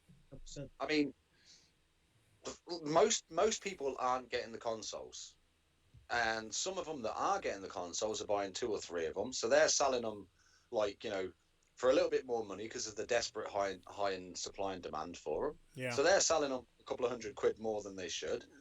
You know, people are desperate to get one, so they're going to rush out and buy one. Sometimes they're buying an empty box with a load of weights in it. Sometimes they're buying a broken Xbox, and they're then stuck in the Gen 1 rush of trying to get a new Xbox sorted out for a broken Xbox. Who in their right mind's going to send a fixed one for a broken one during supply and demand when there's still money to be made? Right. They're going to be sat there for months waiting for a new console. So in hindsight, maybe a game will be released in that time. Who knows? But £500 for a fucking game of Tetris? Hell no. I wouldn't pay that for an original game of Tetris on the original GameCube. Right. And I'd expect it mint condition. Like, it wouldn't have even ever been looked at. It never left the box. Never seen the oxygen. Never felt the fingerprint of somebody's hand ever. For 500. Well, and like, you know, it's like you said earlier. You know, they were rushing it out obviously to get sales and try to beat out the Sony PlayStation. I'm also thinking, you know, because like you and kind of like me, I bought gaming PCs and I started playing all these Xbox games through the PC. And I'm like, well, I don't even need, like, you know, like that's the reason why I never jumped on the Xbox One or Xbox One X or whatever, because I had all those titles readily available through Steam, through now, you know, Xbox Game Pass and such. Why do I need to buy another proprietary console for, you know, the same games I can play, you know, elsewhere? So, and Don't get me wrong, you know, Microsoft, their customer service used to be really good. Yeah.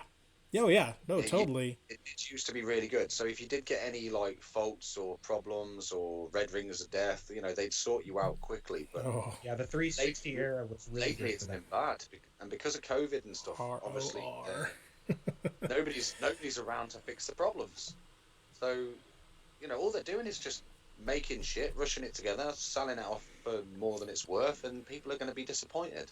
They could have waited till March, had more stock of the system itself, and released it with Halo. Yeah. Oh, most definitely. Totally agree. But they had to beat the holiday rush. I'd rather have, like, you know, just like Cyberpunk, I would be more than happy to wait for a game that works than to get one that comes out that I have to patch. Yeah. 100%. There's no reason why they couldn't have done that with the console. You know, they could just, I mean, let's face it, Xbox One, we had the coffee grinders. You know, Xbox 360s, we had the red rings of death every 5 minutes. You know, coffee grinders. each one has come with its slow and steady issues that have been in the Gen 1 rush. That sadly some people experience non-stop, and then some people only experienced in the early days, and then some people experience because they've literally melted their Xbox through hours and hours of Halo. I do with this story. I'm not speaking from experience on that one. Oh no, totally. Oh my gosh. Halo 3 cost me 2 Xboxes. Wow. Well, that was the best trilogy in the series. No, but they were just made out of marshmallows or some shit, weren't they? The motherboards. So if like you played it for more, it was just cooking your own console with a red ring of death every 5 minutes. Oh, I think man. I think I had 14 replacements of my original Xbox 360. Damn. Well, And then I decided to buy it. We're gonna cease dragging the Tetris box of Mitch's through the mud a little bit, and I don't care. I'm happy with it. No. 6 months, it'll be awesome. It's just sucks that you have to wait 6 months. So 100%. I agree. I 100% agree with all of it. So yeah. I mean, I did say to him before off stream. I says, look, you know, I may cut a few sore nerves, you know, because obviously, you know. No, you did that with Red Dead 2. Red Dead 2 was expected to be a raw, you know, because it's such a popular game, such a good game. Yeah. Almost jumped out of my chair. It's a great game. I just hate it. The And I hate it last. because they forced my hand. They made me shit. Sure. They made me not want it. Hey, buddy, I killed 3 courses within the first week of me playing that game. So, yeah. Um, gun to head, favorite game of all time, and you got to pick one. Def Jam Vendetta 5 New York. Say that. Wow. Say it again.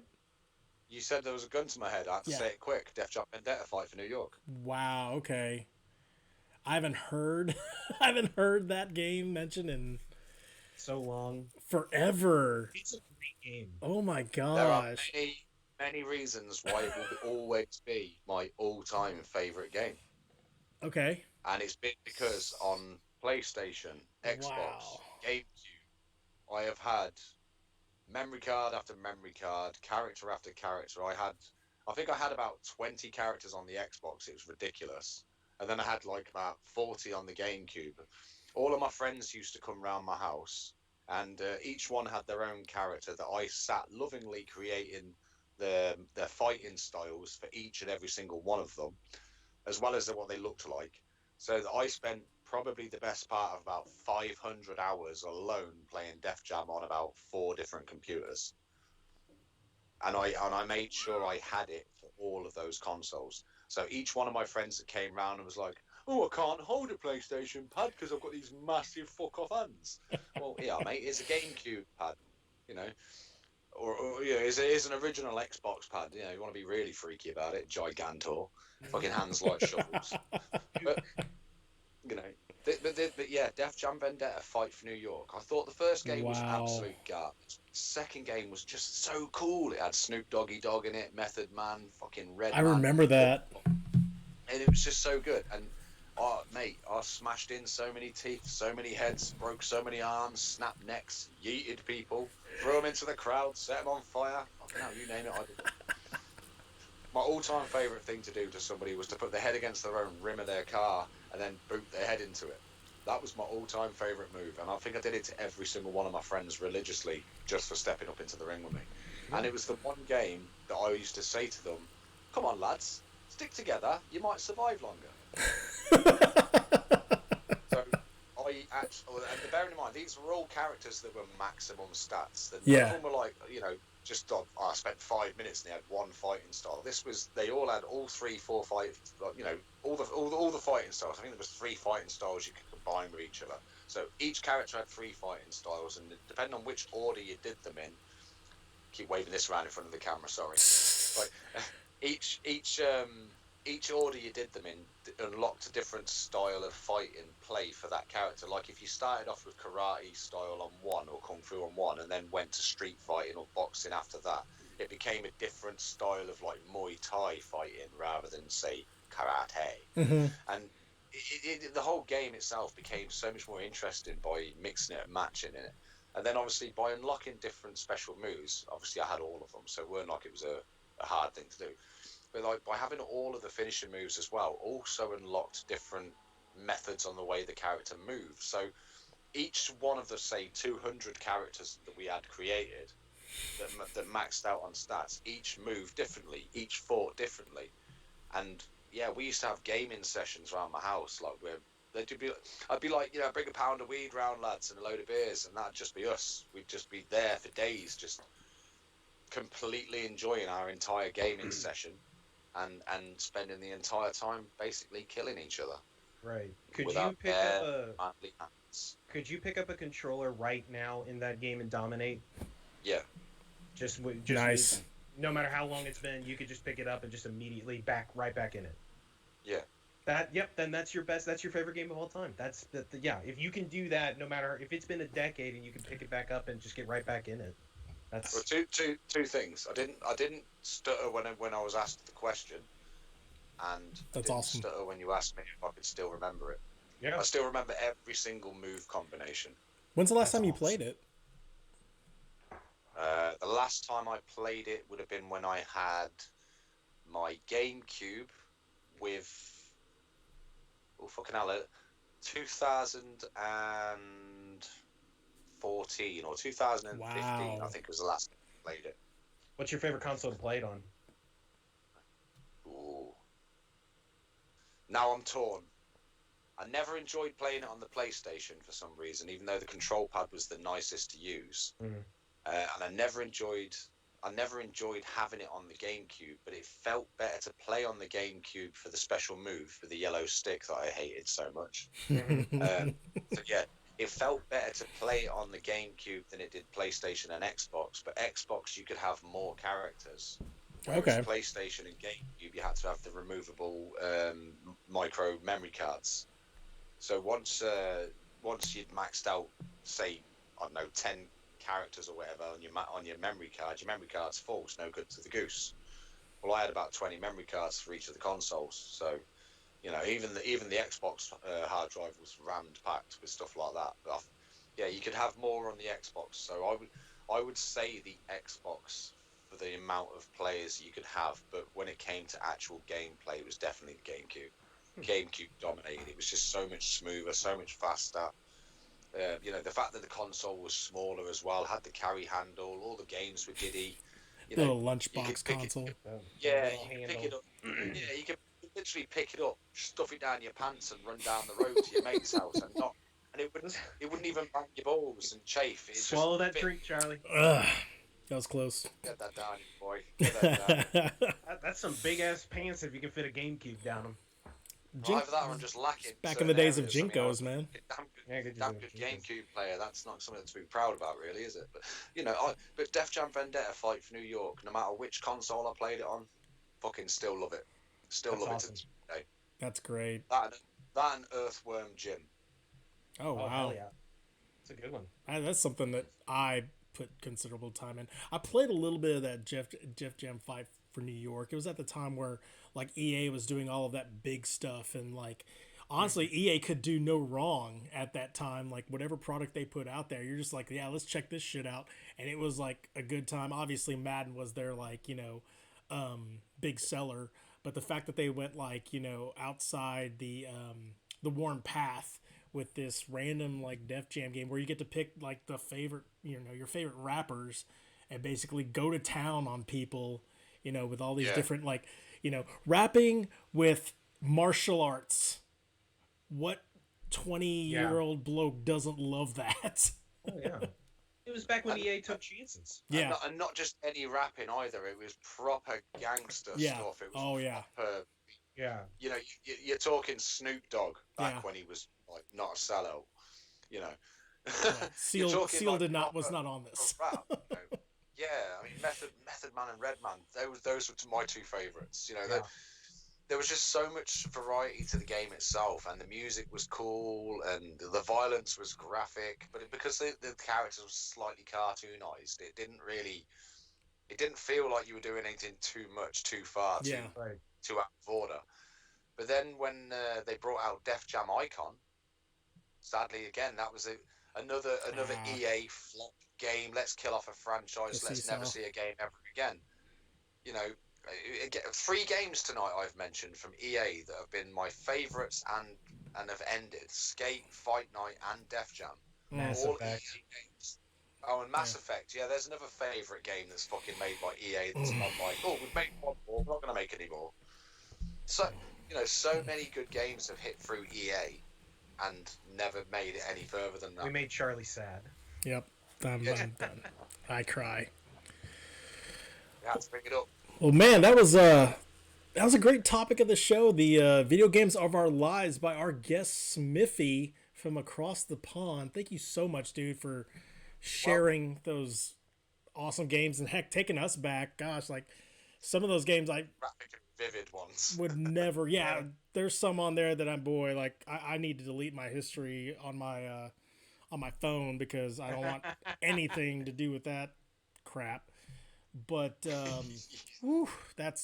anyway, we've come to the part where we go through sifting through this little bag here. It's our mailbag. Sit back and comfortable for this thing.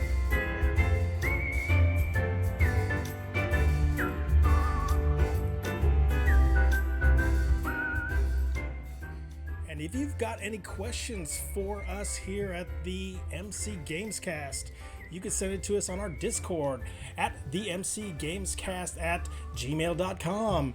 You can hit us up on Twitch. You can hit us up on Twitter. Just, send us a question. Hit us up on our chat. We may ask a question right here. But we're going to go into the first question today. It's from Warto. A toy company makes an action figure of you. What 2 accessories, does it come with? Smiffy, you want to go first? Oh boy. Let me get the get that ready. I would definitely say I don't know. I'd say what accessories? A fishing rod and a chihuahua. There you go. There you go. Do you have a chihuahua?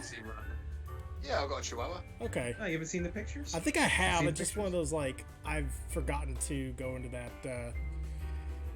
channel on the Discord and look at everybody's pet pictures and stuff. So I looked around to see where she was, but she's probably camouflaged under a blanket or waiting to sat on or something. She's like your comedy naked gun stop fucking chihuahua. You sit on it, it's like, oh. I know my dog Classic like in my house. scratched his way into my man cave, and now all he wants to do is get out. I'm streaming, dog. Mitch, do you have one, or do you want to go? Man, I don't know. Like, Mine would be the definite chainsaw gun from Gears, and my melee weapon would have to be the Blades of Chaos from God of War. I mean, that would be mine. That's pretty good. They would be light up too, or like glow in the dark. So. Oh, it was supposed to be a mythical answer. Oh, yeah, maybe it's just whatever. It's just whatever you want it to be. Toy company action figure. Come on. Yeah, you can be whatever you want. Oh, in that case, then I'd go for the gravity hammers from Call of Duty Black Ops 3. There you go. Yeah, I'd have a pair of those, and most likely a dildo from GTA. Have you played Saints Row the Third? I have, and I wasn't a fan. Oh. Well, at least he's on the right side of history. The dildo The bat, beating man. people with the dildo battle was quite fun. The dildo bat's pretty great. I'd probably have a bass guitar. All right. And From I Brutal don't Legend? know. The bass guitar axe. Nah, That'd be just to actually kinda play. rad. And then Alright. Was it a pipe? Fuck yeah.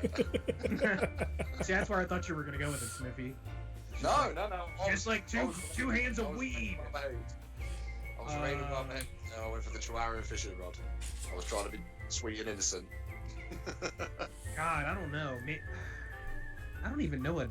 I mean, honestly, if I were to go real life, I would take my driver and a dumbbell, Yeah, a little bitty dumbbell.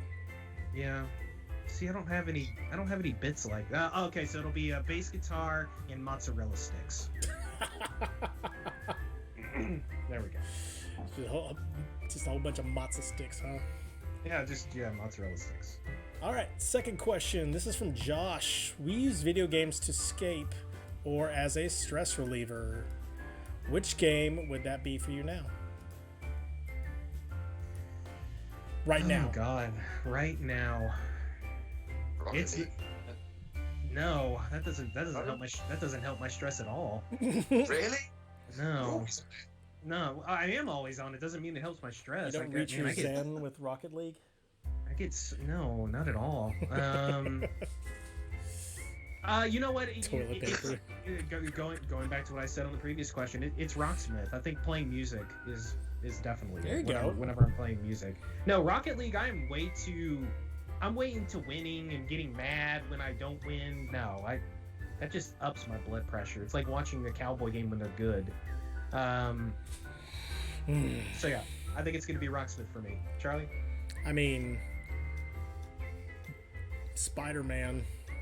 Yeah, like, now I could literally put that on and literally just web sling all day and talk to the chat. And even if I'm not chatting, just literally just web sling and just, enjoy the sights and sounds of New York. I've been to New York one time, and I remember going, remember some of the sights and sounds that I've been to, and I kind of go to those places just to see how accurate the maps can be. But like, it's just it's one of those things where you're a superhero, you're soaring above it all, and just like you have no care in the world. Just like, oh, there's a douchebag down there. Let me kick his ass really quick for trying to break into this old lady's house. So, and then let me get out. it seems pretty chill. Mitch, you yell at them when you lose in Rocket League? I mean, maybe they should play better. Smiffy, what about you, brother? Any stress relief? It's gonna surprise you. The most relaxing stress reliever. I've got two. I've got Fishing Sim World, which obviously is fishing, so it's extremely chill. It's nice and relaxed. Does everything it should do, and then Doom. Oh yeah, really? Wow, that's a good one. Yeah. I can spend hours on Doom ripping the ribcage out of something and not give it any flying fucks to anything that's going on. That's a good one. Yep. There's no. The best part about it is if you actually could take a recording of what's going on in my brain while I'm playing Doom, you would sit there and think, I don't know, he's probably doing this in his head, like like in a very comedy and satanic way, like. But I'm actually not. What you'll actually hear is the theme tune to Living. What's it called? Tiny Tim, Living in the Sunlight. I was gonna say like some type of aria orchestra is playing. No, it's really fucked up. What you'll actually hear is, I'm so happy, oh, happy you're lucky to be here. As you're ripping something in half. Yeah, as I'm ripping the eyeball out of something, it's just Nice. like, I'm so happy. Oh. Video I think there's games, something wrong with a it. great stress reliever. You know, it's better to do that, you know, in the digital world than real world. Well, So but that's my point. That's what brings me back to what I said earlier on about having a very like low moral standing on video gaming gore. I've seen so much filth about things like that I can get away with doing things in a video game that I wouldn't dream of doing in real life, but doing so makes it pretty fucking relaxing and disturbing. Yeah, Nico Bambi's right. That's really disturbing.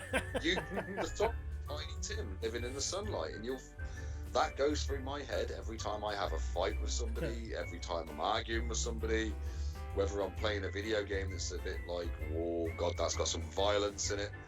There's me, everyone's like, oh, but he's listening to some fucking radcore or some death metal or something. I'm not. I'm listening to Tiny Tim living in the sunlight. Or tiptoeing through the tulips. that's great. Fuck me. Hey, Panda. Those I get you. Yeah. What's wrong with Smithy? Nobody's psychotically fucking disturbed. Yeah, Right. That's great. Last question, at least that we've been submitted to. I'm gonna actually change this question just a little bit. This one's for Mitch first, though. What's the worst dish at Thanksgiving?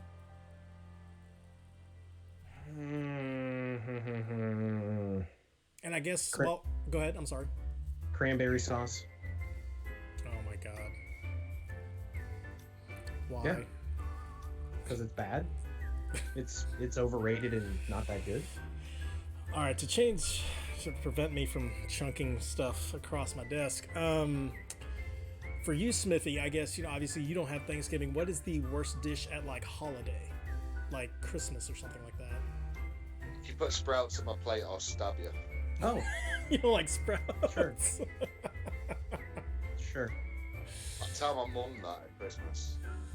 I would actually. I'd be like, "Don't put sprouts on my plate." And she'd be like, "Why?" I'm like, "Because I'll stab you with this fork if you do." and she just laughs. She sees the funny side, bless her. But I mean it. While Don't put singing sprouts on "I'm my So plate. Happy."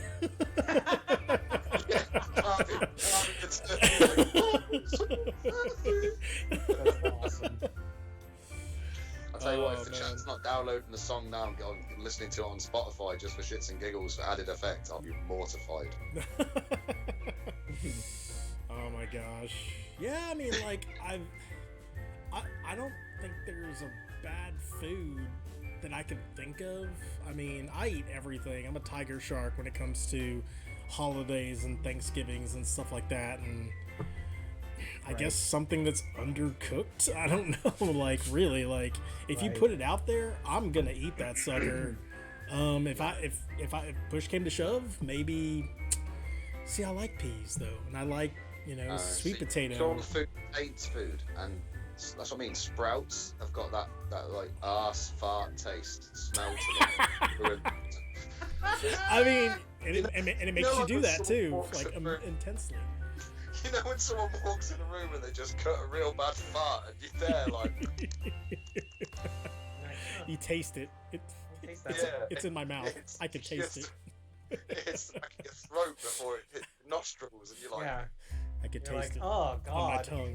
you're trying to work out where the smell and the taste is coming from combined. It's like, I didn't need that. Someone in the That's corner right. just snickering to themselves. That person's Charlie's laughing because he knows it's him. Cheese. Oh yeah. He's gonna do that. He's gonna do that 2 days from now at Thanksgiving. You He's know. gonna be like, it wasn't me. We need cupcakes, so that'll do it, man, for the mailbag. It was a really short Hey, mailbag this week. and, Charlie, yeah, what's up? Charlie, you must not have gotten the updated. Nope. You didn't, because there's like 3 other questions. I updated it like Okay. before the show. Well, I mean, Shit, here we go. I mean, Shout out, my we friend. could do that. We could do that, Yeah, or we can move shout on. out. Either way. again, I had to move everything to a different medium, so go ahead okay. and read the questions. So going back, related to Thanksgiving, let's power rank the foods themselves, regardless of category. Like, what's the best? Turkey. I mean, obviously, best is turkey, as long as it's deep fried or smoked. Sure. That's definitely Turkey. it. And then next has got to be pie, right? Yeah, that's really good. Just because, you need the sweet with the savory. I'd have turkey on top of pie. Yeah. Ooh, that sounds pretty good. Actually, sounds all right. Rolls are pretty great. Taters are pretty great. Rolls, they're there. They're honestly like, it's like a filler food. God. Like, I mean, I love me a roll, but at Thanksgiving, like, dude, like, go sit on the bench. You're the 6th man. There's more important players that need to be at the forefront, especially ones that, like, don't, see the spotlight all year long. So, like, sweet potato pie, a good. Nice homemade mac and cheese. Guys are just making me hungry, man. Yeah. It's just like, We're dude, doing that to you. we Hey, you're the one eating on stream. We're the ones like that are just like Yeah, you're craving that chocolate chocolate cake over there. you know what kind of things get shoved in my face when I'm off camera? You might as well see them when I'm on camera. Oh, nice. All right, Wifey's over there, half naked. We're all good. Yeah. turn the Hey. phone. What are you doing? You shut. It's not worth that. Yeah. And Smiffy is officially gone from the Skype. Oh no, he's gone. Well, I saw a shoe flying though. Any Oh, other- I can still see you, hear you. fine. Any other foods, Charlie? That you love from it? Ham, Like, a really ham good is- honey baked ham is really, really good. See, I'm Filipino, and so we go off, the beaten path. Like, Oh yeah. we do like a whole, like if you want to do holiday right, we do like a whole pig that's roasted. We do lumpia, which is basically like a better version of a spring roll than anything the Vietnamese have come up with. We do pancit, which if you know any Filipinas or Filipinos, that is like that is the food of our country pretty much, and you will love it and enjoy it. It's a rice noodle with chicken and shrimp and Chinese sausage, and it's delicious. There's a sticky rice pudding kind of dessert that's wrapped in a banana leaf. That's really, really good. Man, we gotta end the stream now because I'm getting really hungry. Yeah. But no, I mean, like that's the thing is like we have this huge smorgasbord. We start at like 12 in the morning, and it's just constantly like food. People are in the kitchen constantly eating. It's a potluck while at the same time food is being made that same afternoon. Yeah. By 10 o'clock at night, we're stuffed. So. Oh, speaking of stuffing. Oh gosh, yeah, dressing. Yeah, man. I got to make a homemade stuffing for mine this week. Yes. All right, last one, and then And cranberries. no, cranberry sounds terrible. It's delicious. Smithy, Smithy, for you can rank the UK ones, but from Ryan, rank the 6 major U.S. holidays, which for us are Easter, Memorial Day, Independence Day, Labor Day, Thanksgiving, and Christmas. Um, what's considered the major holidays in the UK? We've got Easter, we've got Christmas. Remember the 5th of November. Yeah, we got bonfire night. Halloween, Sure. Valentine's Day, shit like that. We don't really do the anything really. Do they mourn on our Independence Day? Right. No, we don't Like, good riddance, thank God.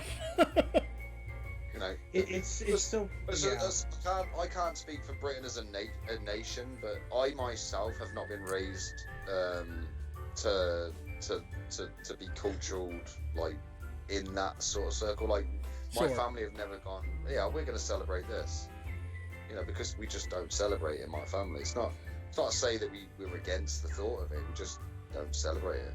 We don't know. My mum probably doesn't know what it means deep down, and you know, although I've been educated on it, I don't remember anything. What I remember is the stuff that most people like and enjoy that you see on TV, and it's the getting together with your family, having a good load of food, and you know, maybe a good drink, a bit of presents. Yeah. If anything, it's no different to me than Christmas, Thanksgiving. Maybe you guys get 2 Christmases. Who knows? I don't know. Maybe that's the way it feels. Yeah, I mean, it kind of does.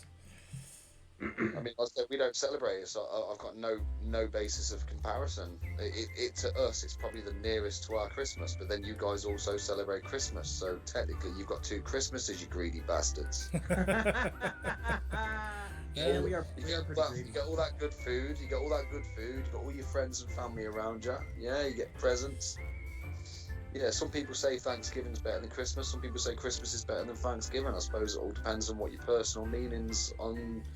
You know, I mean, my family personally love Christmas. We love to get together at the Christmas holiday periods. All get together around the table, have food. You know, see the families. You know, make phone calls, open presents. Yeah. What? Uh-oh. Huh? Hot? What? You said something in female. I don't know. I think it was take me to bed, make me yours. I don't know. That's probably. That's probably. No, I'm what about you to said be at all. guessing. No. All I heard was laughter. Charlie, is it between Thanksgiving and Christmas? Is that really it? Between which is the best? This seems like the two top ones, right? I mean, 4th of July is a banger. I guess. I mean, I don't know. See, what do you Labor actually Day. do in July? What are your celebrations at 4th of July? What do you do? Is it just fireworks? We Fireworks and throw drink up beer, that's it. fireworks and grill out and get drunk and It's just it's same thing with Memorial Day. It's just an excuse for us to get drunk and yeah. But its overall meaning is to celebrate the America's independence. Yeah. yeah, from Britain. Yeah. We don't do that. We just drink. I mean, Yeah. that's Well, kind of how most of them are. Yeah, no, we don't mourn America's Independence Day nor celebrate it. We just like, okay, you got Independence Day, that's cool. Oh yeah. Yeah, you we got don't it. care. Yeah, like Ryan said in the chat, we eat and drink too much and blow crap up. That's- Yeah. Yeah. It's like, But no, to hear it from a genuine American asking English to American, what do you actually do on those said dates, days, whatever, to get an honest answer like that, we just drink beer and sell fireworks. That's it. That's it. Yeah. I mean, we treat Memorial Day. It's a celebration, isn't it? We treat Memorial Day the exact opposite of what it should be. I mean, it's just another excuse to have a 3-day weekend, don't have to go to work, and I mean, I go to the drink. Dallas Memorial Cemetery to go put a flag on my father-in-law's father's grave. Don't you? sure. And I'm not saying that that doesn't happen, but I mean, I'm just saying that for the most part, that's how Americans treat it. Sure. It's another know. free holiday. Yeah, that's all it is. I mean, I like Thanksgiving more than Christmas, but Christmas is fine. I like Christmas. Yes, son.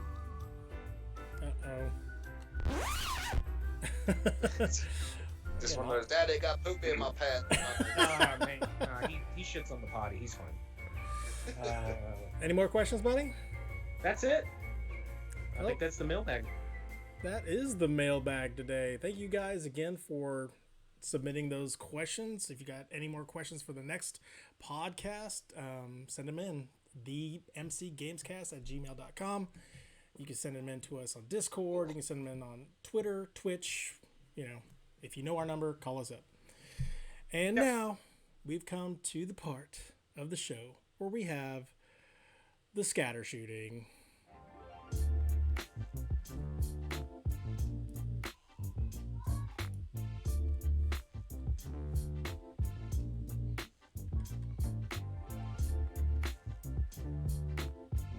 Hello, listeners.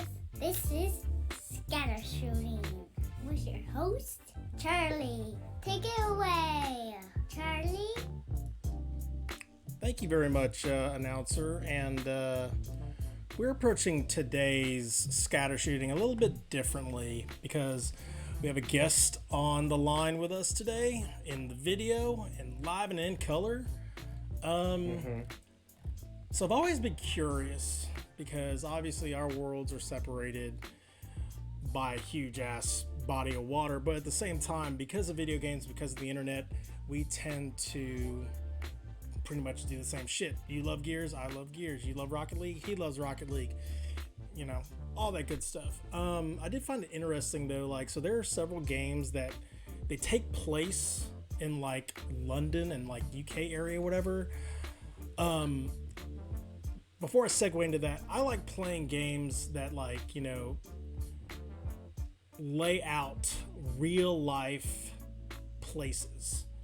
American Truck Simulator is one of them. I love watching Mitch's stream because heck, he'll go down highways that I have seen before.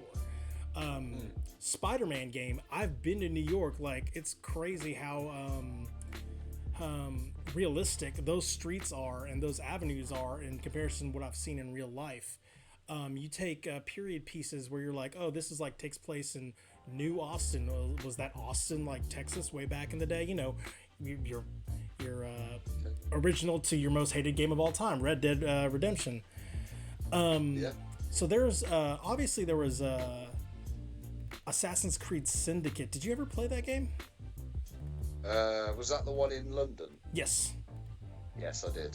How did you like it? I know there was a lot of I really polarizing thoughts about it. Enjoyed it.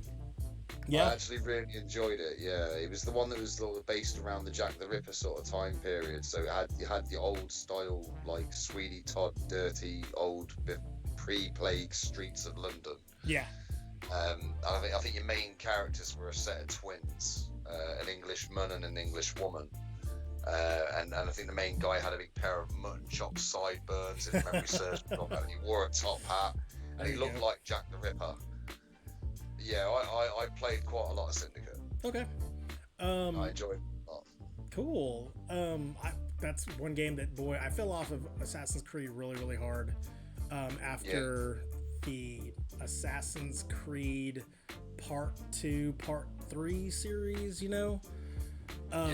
I think it was ASRev, Revolutions, and then obviously I didn't go back to Black Flag, and I tried a little bit of Origins, but I just can't quite fully immerse myself back into that world yet. I've heard Black Flag lost me. Yeah, I've heard. I liked Black Flag, but I didn't like the one after that.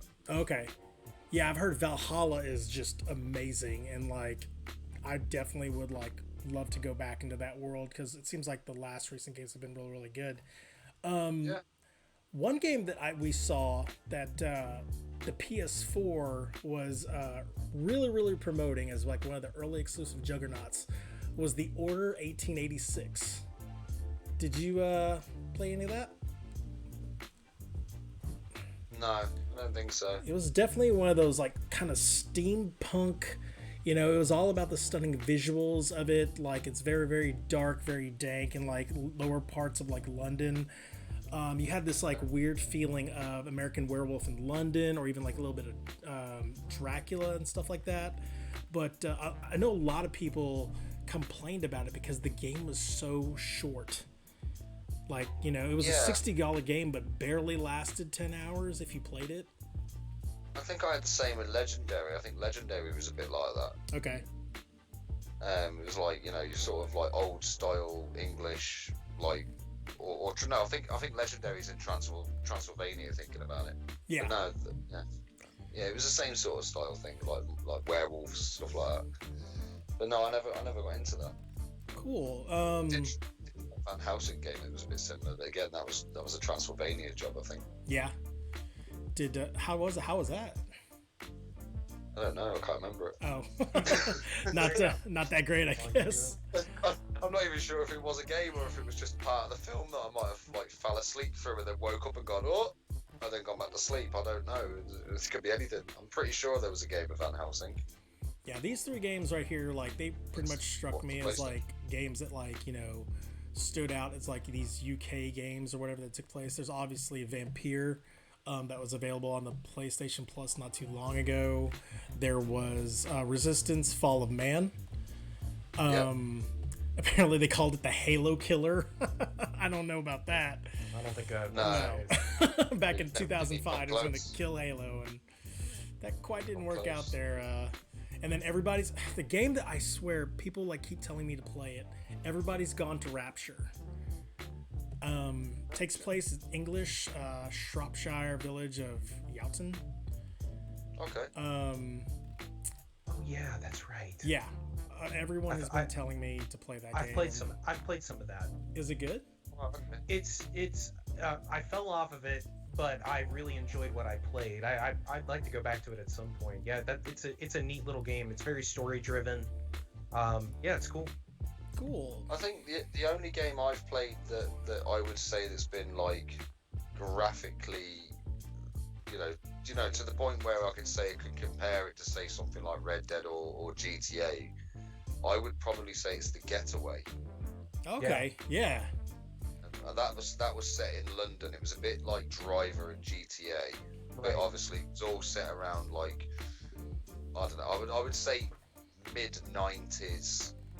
Late 80s, mid 90s, early 90s, like theme, but it was all like pre-gangster.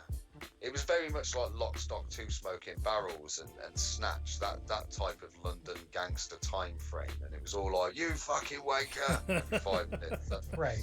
Yeah. If you drove around the corner, I mean, bearing in mind, I don't know, like when you're playing like GTA and stuff, and you drive around the corner and you accidentally mount the curb, your car wouldn't actually be phased by that. You just carry on driving over the curb. But on The Getaway, if you fucking did that, it was just like what would happen if you curbed your car for real. The front wheel would rip off, your car would flip over. Yeah. You'd end up driving around these tight turns in like small London alleyways in the back of a stolen taxi or some shit. But you'd clip the curb and that'd be it. Race over. Game over. Yeah. Police would ask you nicked. You're dead. But The Getaway, it was visually stunning, but it was so ahead of its time, but it was so much like GTA that it never went anywhere. Yeah. The new Watch Dogs. Oh yeah. Yeah, the new Watch Dogs Legion. I think it's I guess it's more futuristic London, but yeah. Yeah, it's futuristic. I mean, don't get me wrong. It looks how London looks. It feels how London feels. But sure. Again, what are you doing? Uh-oh. You going to kiss me? Big mouth. No. Good night. Good night, Smiffy's wife. The Americans said goodbye. He struts out all in pride. Spoke to me. Somebody loves me. Well, so the final thing for our the other half actually of the segment that I want to do is I had some questions for you. I wanted you to rank them 1 to 5 and like how whatever it is to basically 1 to 5 how dumbass stupid that question is. And I want to so we're talking just so I'm clear because I'm not good with numbers. 1 being like good, 5 being bad. Yeah. Okay. Like 5 being like you just want to like slap them because it's so retarded. And then also 1 and also the other side of this is that if you have actually experienced someone asking you that, like some tourist from out of town or whatever, someone from overseas actually asking or you one of us assholes asking you it. Yeah, pretty much. Okay. So question number 1. Do you speak English in Britain?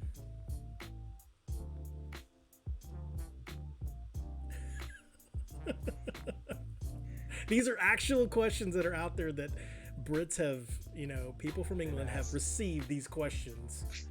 I don't know, because there's some people in Britain that I would question.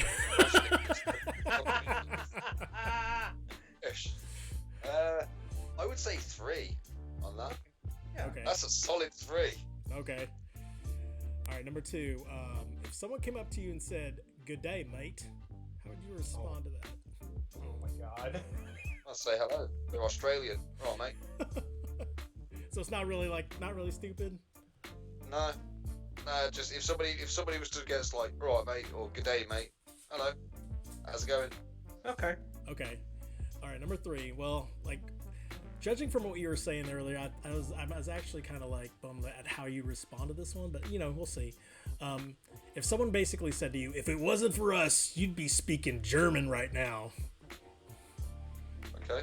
from America, nothing.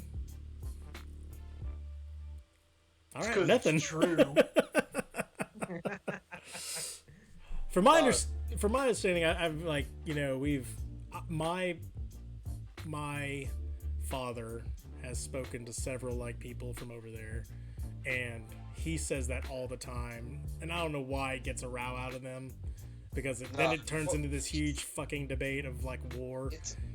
It's slightly political, but Yeah. it all bears down to one final actual statement.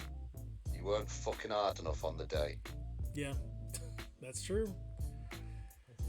Doesn't matter what language I speak, I will speak whatever the gods, queens, kings, whatever gave me in my time frame, and I will not give no fucks about it. Nice. But if they were better soldiers, tougher, no problem. Yeah. Cool. No caring.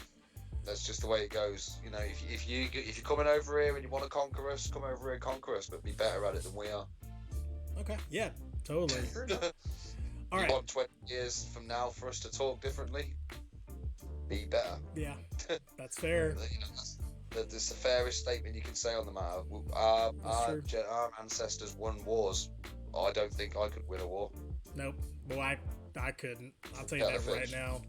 No. I would probably be one of those go. Different cloth. So, Our ancestors are cut from a different cloth, and it's that simple. We're literally left with what they gave us. that's true.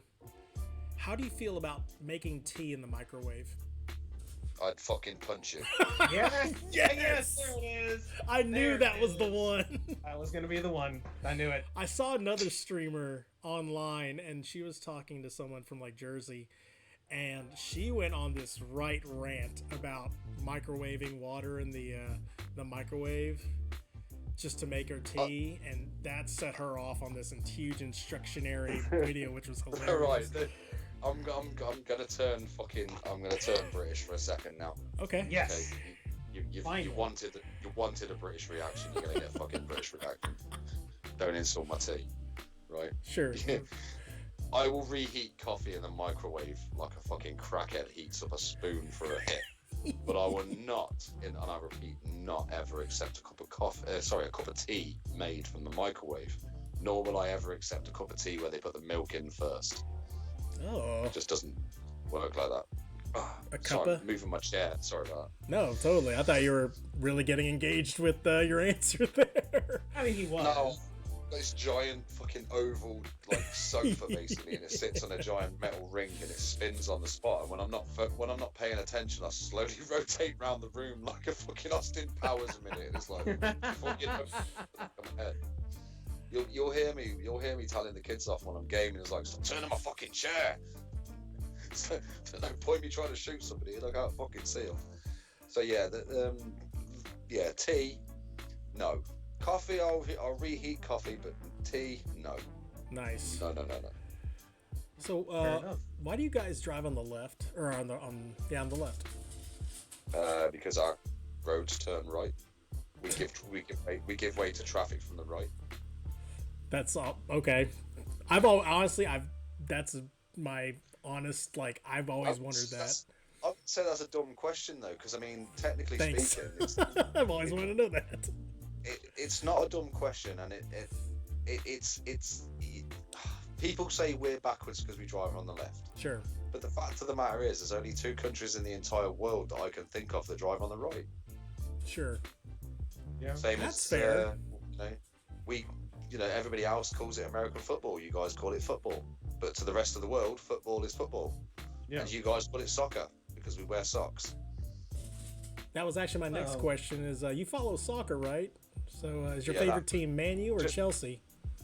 None. I am a Coventry City fan. Okay. I support the town that I was born in. I have their badge tattooed on my leg. Oh wow. I am a Coventry City fan. I just basically stopped buying the tickets when they started trying to charge the same price for tickets for Premiership games for club and Championship games. I weren't having it. Costs too much. Huh. Yeah. Sounds like what they do the Cowboy games now that they got a new stadium. It's not that. They were trying to get us to pay for a stadium that they were in debt for, and basically they wanted us to pay the prices you would go and say. Let's say you wanted to go watch Manchester United. They're a top flight Premiership team. Mm. They were expecting us to pay prices for a mid-flight Premiership team like Tottenham, or like you say Chelsea or Arsenal, or someone that's up there. They're good. Mm-hmm. They're not top. They're not quite the top. They're down here somewhere. But they were expecting us to pay their ticket prices to go and watch basically 2 or 3 leagues lower, and they just didn't have the talent. They didn't have the skill. They didn't have the panache. They didn't have anything. So as far as football goes, I support my hometown, but only because it's my hometown. I wouldn't go out my way and watch another team because it's fucking sacrilege. Okay. That's my understanding is that you don't do that regardless of where you go and where you relocate and stuff like that. Unanimously, I mean, if I moved to Manchester, I wouldn't be a Manchester United fan. Mm-hmm. Unanimously hate myself, and I'd expect them to ever hate me for even so much as donning the shirt. I'm a Coventry City fan.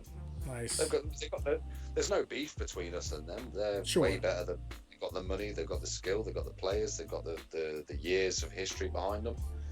The only thing my team have got that they haven't got is we were in the Premiership longer before we got relegated. Other than that, we're not even in the same division, same league. Okay. But no, there are more than just 2 teams in England. Yeah. There are actually several hundred. But it's all good. Yeah, that's been the But problem yeah, is that people think just kind of it's a dumb Chelsea question. or it is really dumb. Final question: what is the 7th planet from the sun? The 7th planet from the sun, Neptune. Okay. That's Come my on. guess. Come on, Smiffy. He's teeing My you up. guess. He's teeing you up. Come on. That's my guess. It is my Neptune, guess. and that is his answer. And that is That's my guess. I'm sticking to it. Neptune. That It's the only is, planet I can think of. that our scatter isn't shooting. Pluto, with famous and some shit. So Neptune. Let's go there. Hoorah! It's probably wrong. oh my Thank you gosh. for listening. Actually, to I think he's actually right. Scatter shooting. I'm right. With your host, Charlie. Better luck Always trust next me. time. All right. I Well, promise I did not do any research on that at all. That was straight out of the top of my head. I don't think I'm right, but if it might be. You're all researching now, aren't you? Googling it just to check. I can tell because you're all reading. no, I'm actually reading Mean Green's thing. 8 is Uranus, 9 is Pluto. No, it's not. Can't be right, Smiffy, surely. man. Thank you for joining us, dude. We've been looking forward to this, and we were talking about this like several episodes ago, and I'm not even kidding. Like I was nervous all day long thinking about how this was going to go down. I have enjoyed myself talking with you, Well, yeah, face to face. We're all part of the same community, same network. We're just from different worlds. Oh sure. Yeah, this is badass. Do you want to You're lucky you didn't ask me about my favourite extreme sports game because I've got that written down. Well, what's your favorite extreme sports game? Yeah, might Is as it well. Succubus? No, That's a good you'll joke. like this one. You'll like this Snooker? one. No, Matt Hoffman Pro BMX. Oh. Hell yeah! That's awesome. Dave Mirror's Freestyle BMX. And all of the Tony Hawk's Pro Skater series up to Project 8, and then never any further than that. Oh my And then gosh. SSX 3 and SSX Tricky. Those are my favorite extreme sports games. SSX Tricky is an incredible game. Do you have any VODs of VODs of that? Of you what? playing? Playing that extreme stuff? No. I know it's no, older, but boy, I'd love to see you play those games. I'd have to find them. There's an old YouTube video of me lurking around somewhere doing a run on Skate 3, but it's really bad quality.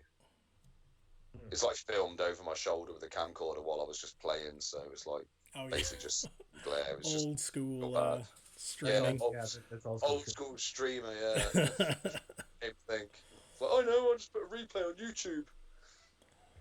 Well, man, do you want to plug anything of what you're gonna be streaming for the remainder of the week, or? Tomorrow I will be doing. I'll be finishing Little Hope because obviously it was a little bit extreme for my kids to be walking in where I was, so I'll be finishing Little Hope tomorrow, and then probably some Call of Duty because it's been a good 2 days since I killed anybody with a throwing knife, so I've started getting like sweats. You guys should watch that. It's incredible watching him do that. And if you wanted me to plug anything, I would suggest you go and check out aftermath_angling on Instagram, and you can actually see 99% of my throwing knives I've recorded so far to date on Twitch. All of my kill replays are on Instagram, and that's why it's linked to my channel. Other than that, I draw pictures. There's nothing else to plug. That's great, man. What's that Twitch handler again? The what? What's the Twitch handle? What, for my channel? Yeah. Yeah. I've no idea. Smiffy Fingers. Yes. Oh, Smiffy Fingers. Yeah. I was just letting him do it. I knew it. I was like, I was wanting him to promote it or whatever. But yeah, I was so used to just being like told, "Yo, you're Smiffy," and I was like, "Yeah, I am." Twitch.tv/Smiffy Fingers. That's right. He's an awesome watch. Mitch, what do you have for us, buddy?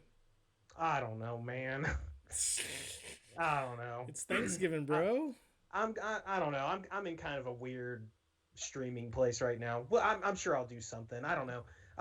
Probably not going to do anything tomorrow or Thursday just because family stuff, but may do something later. I don't know. We'll see. And then Friday we'll see. I've been enjoying kind of, not kind of just playing stuff on my own here, but yeah, we'll see. We'll get something going. What about you, Charlie? Well, I'm definitely going to finish up Spider-Man Miles Morales. I don't know are we doing Among Us this Friday? Yeah, we'll see. I don't know when my dad's going out of town. If he goes, if he leaves Friday or Saturday. Yeah, if he leaves Friday, then we'll probably do it Friday night, depending on when he leaves. And if not, yeah, we can maybe look at Saturday as well. Sweet, man. But yeah, we'll do her up. Excellent. Well, for Smiffy Fingers and for Team Llama, I am Charizard81. This is the MC Gamescast. You guys have a great holiday out there, whoever is spending that holiday. And if not, have a great rest of your week. Bye-bye. Wonderful. Take care.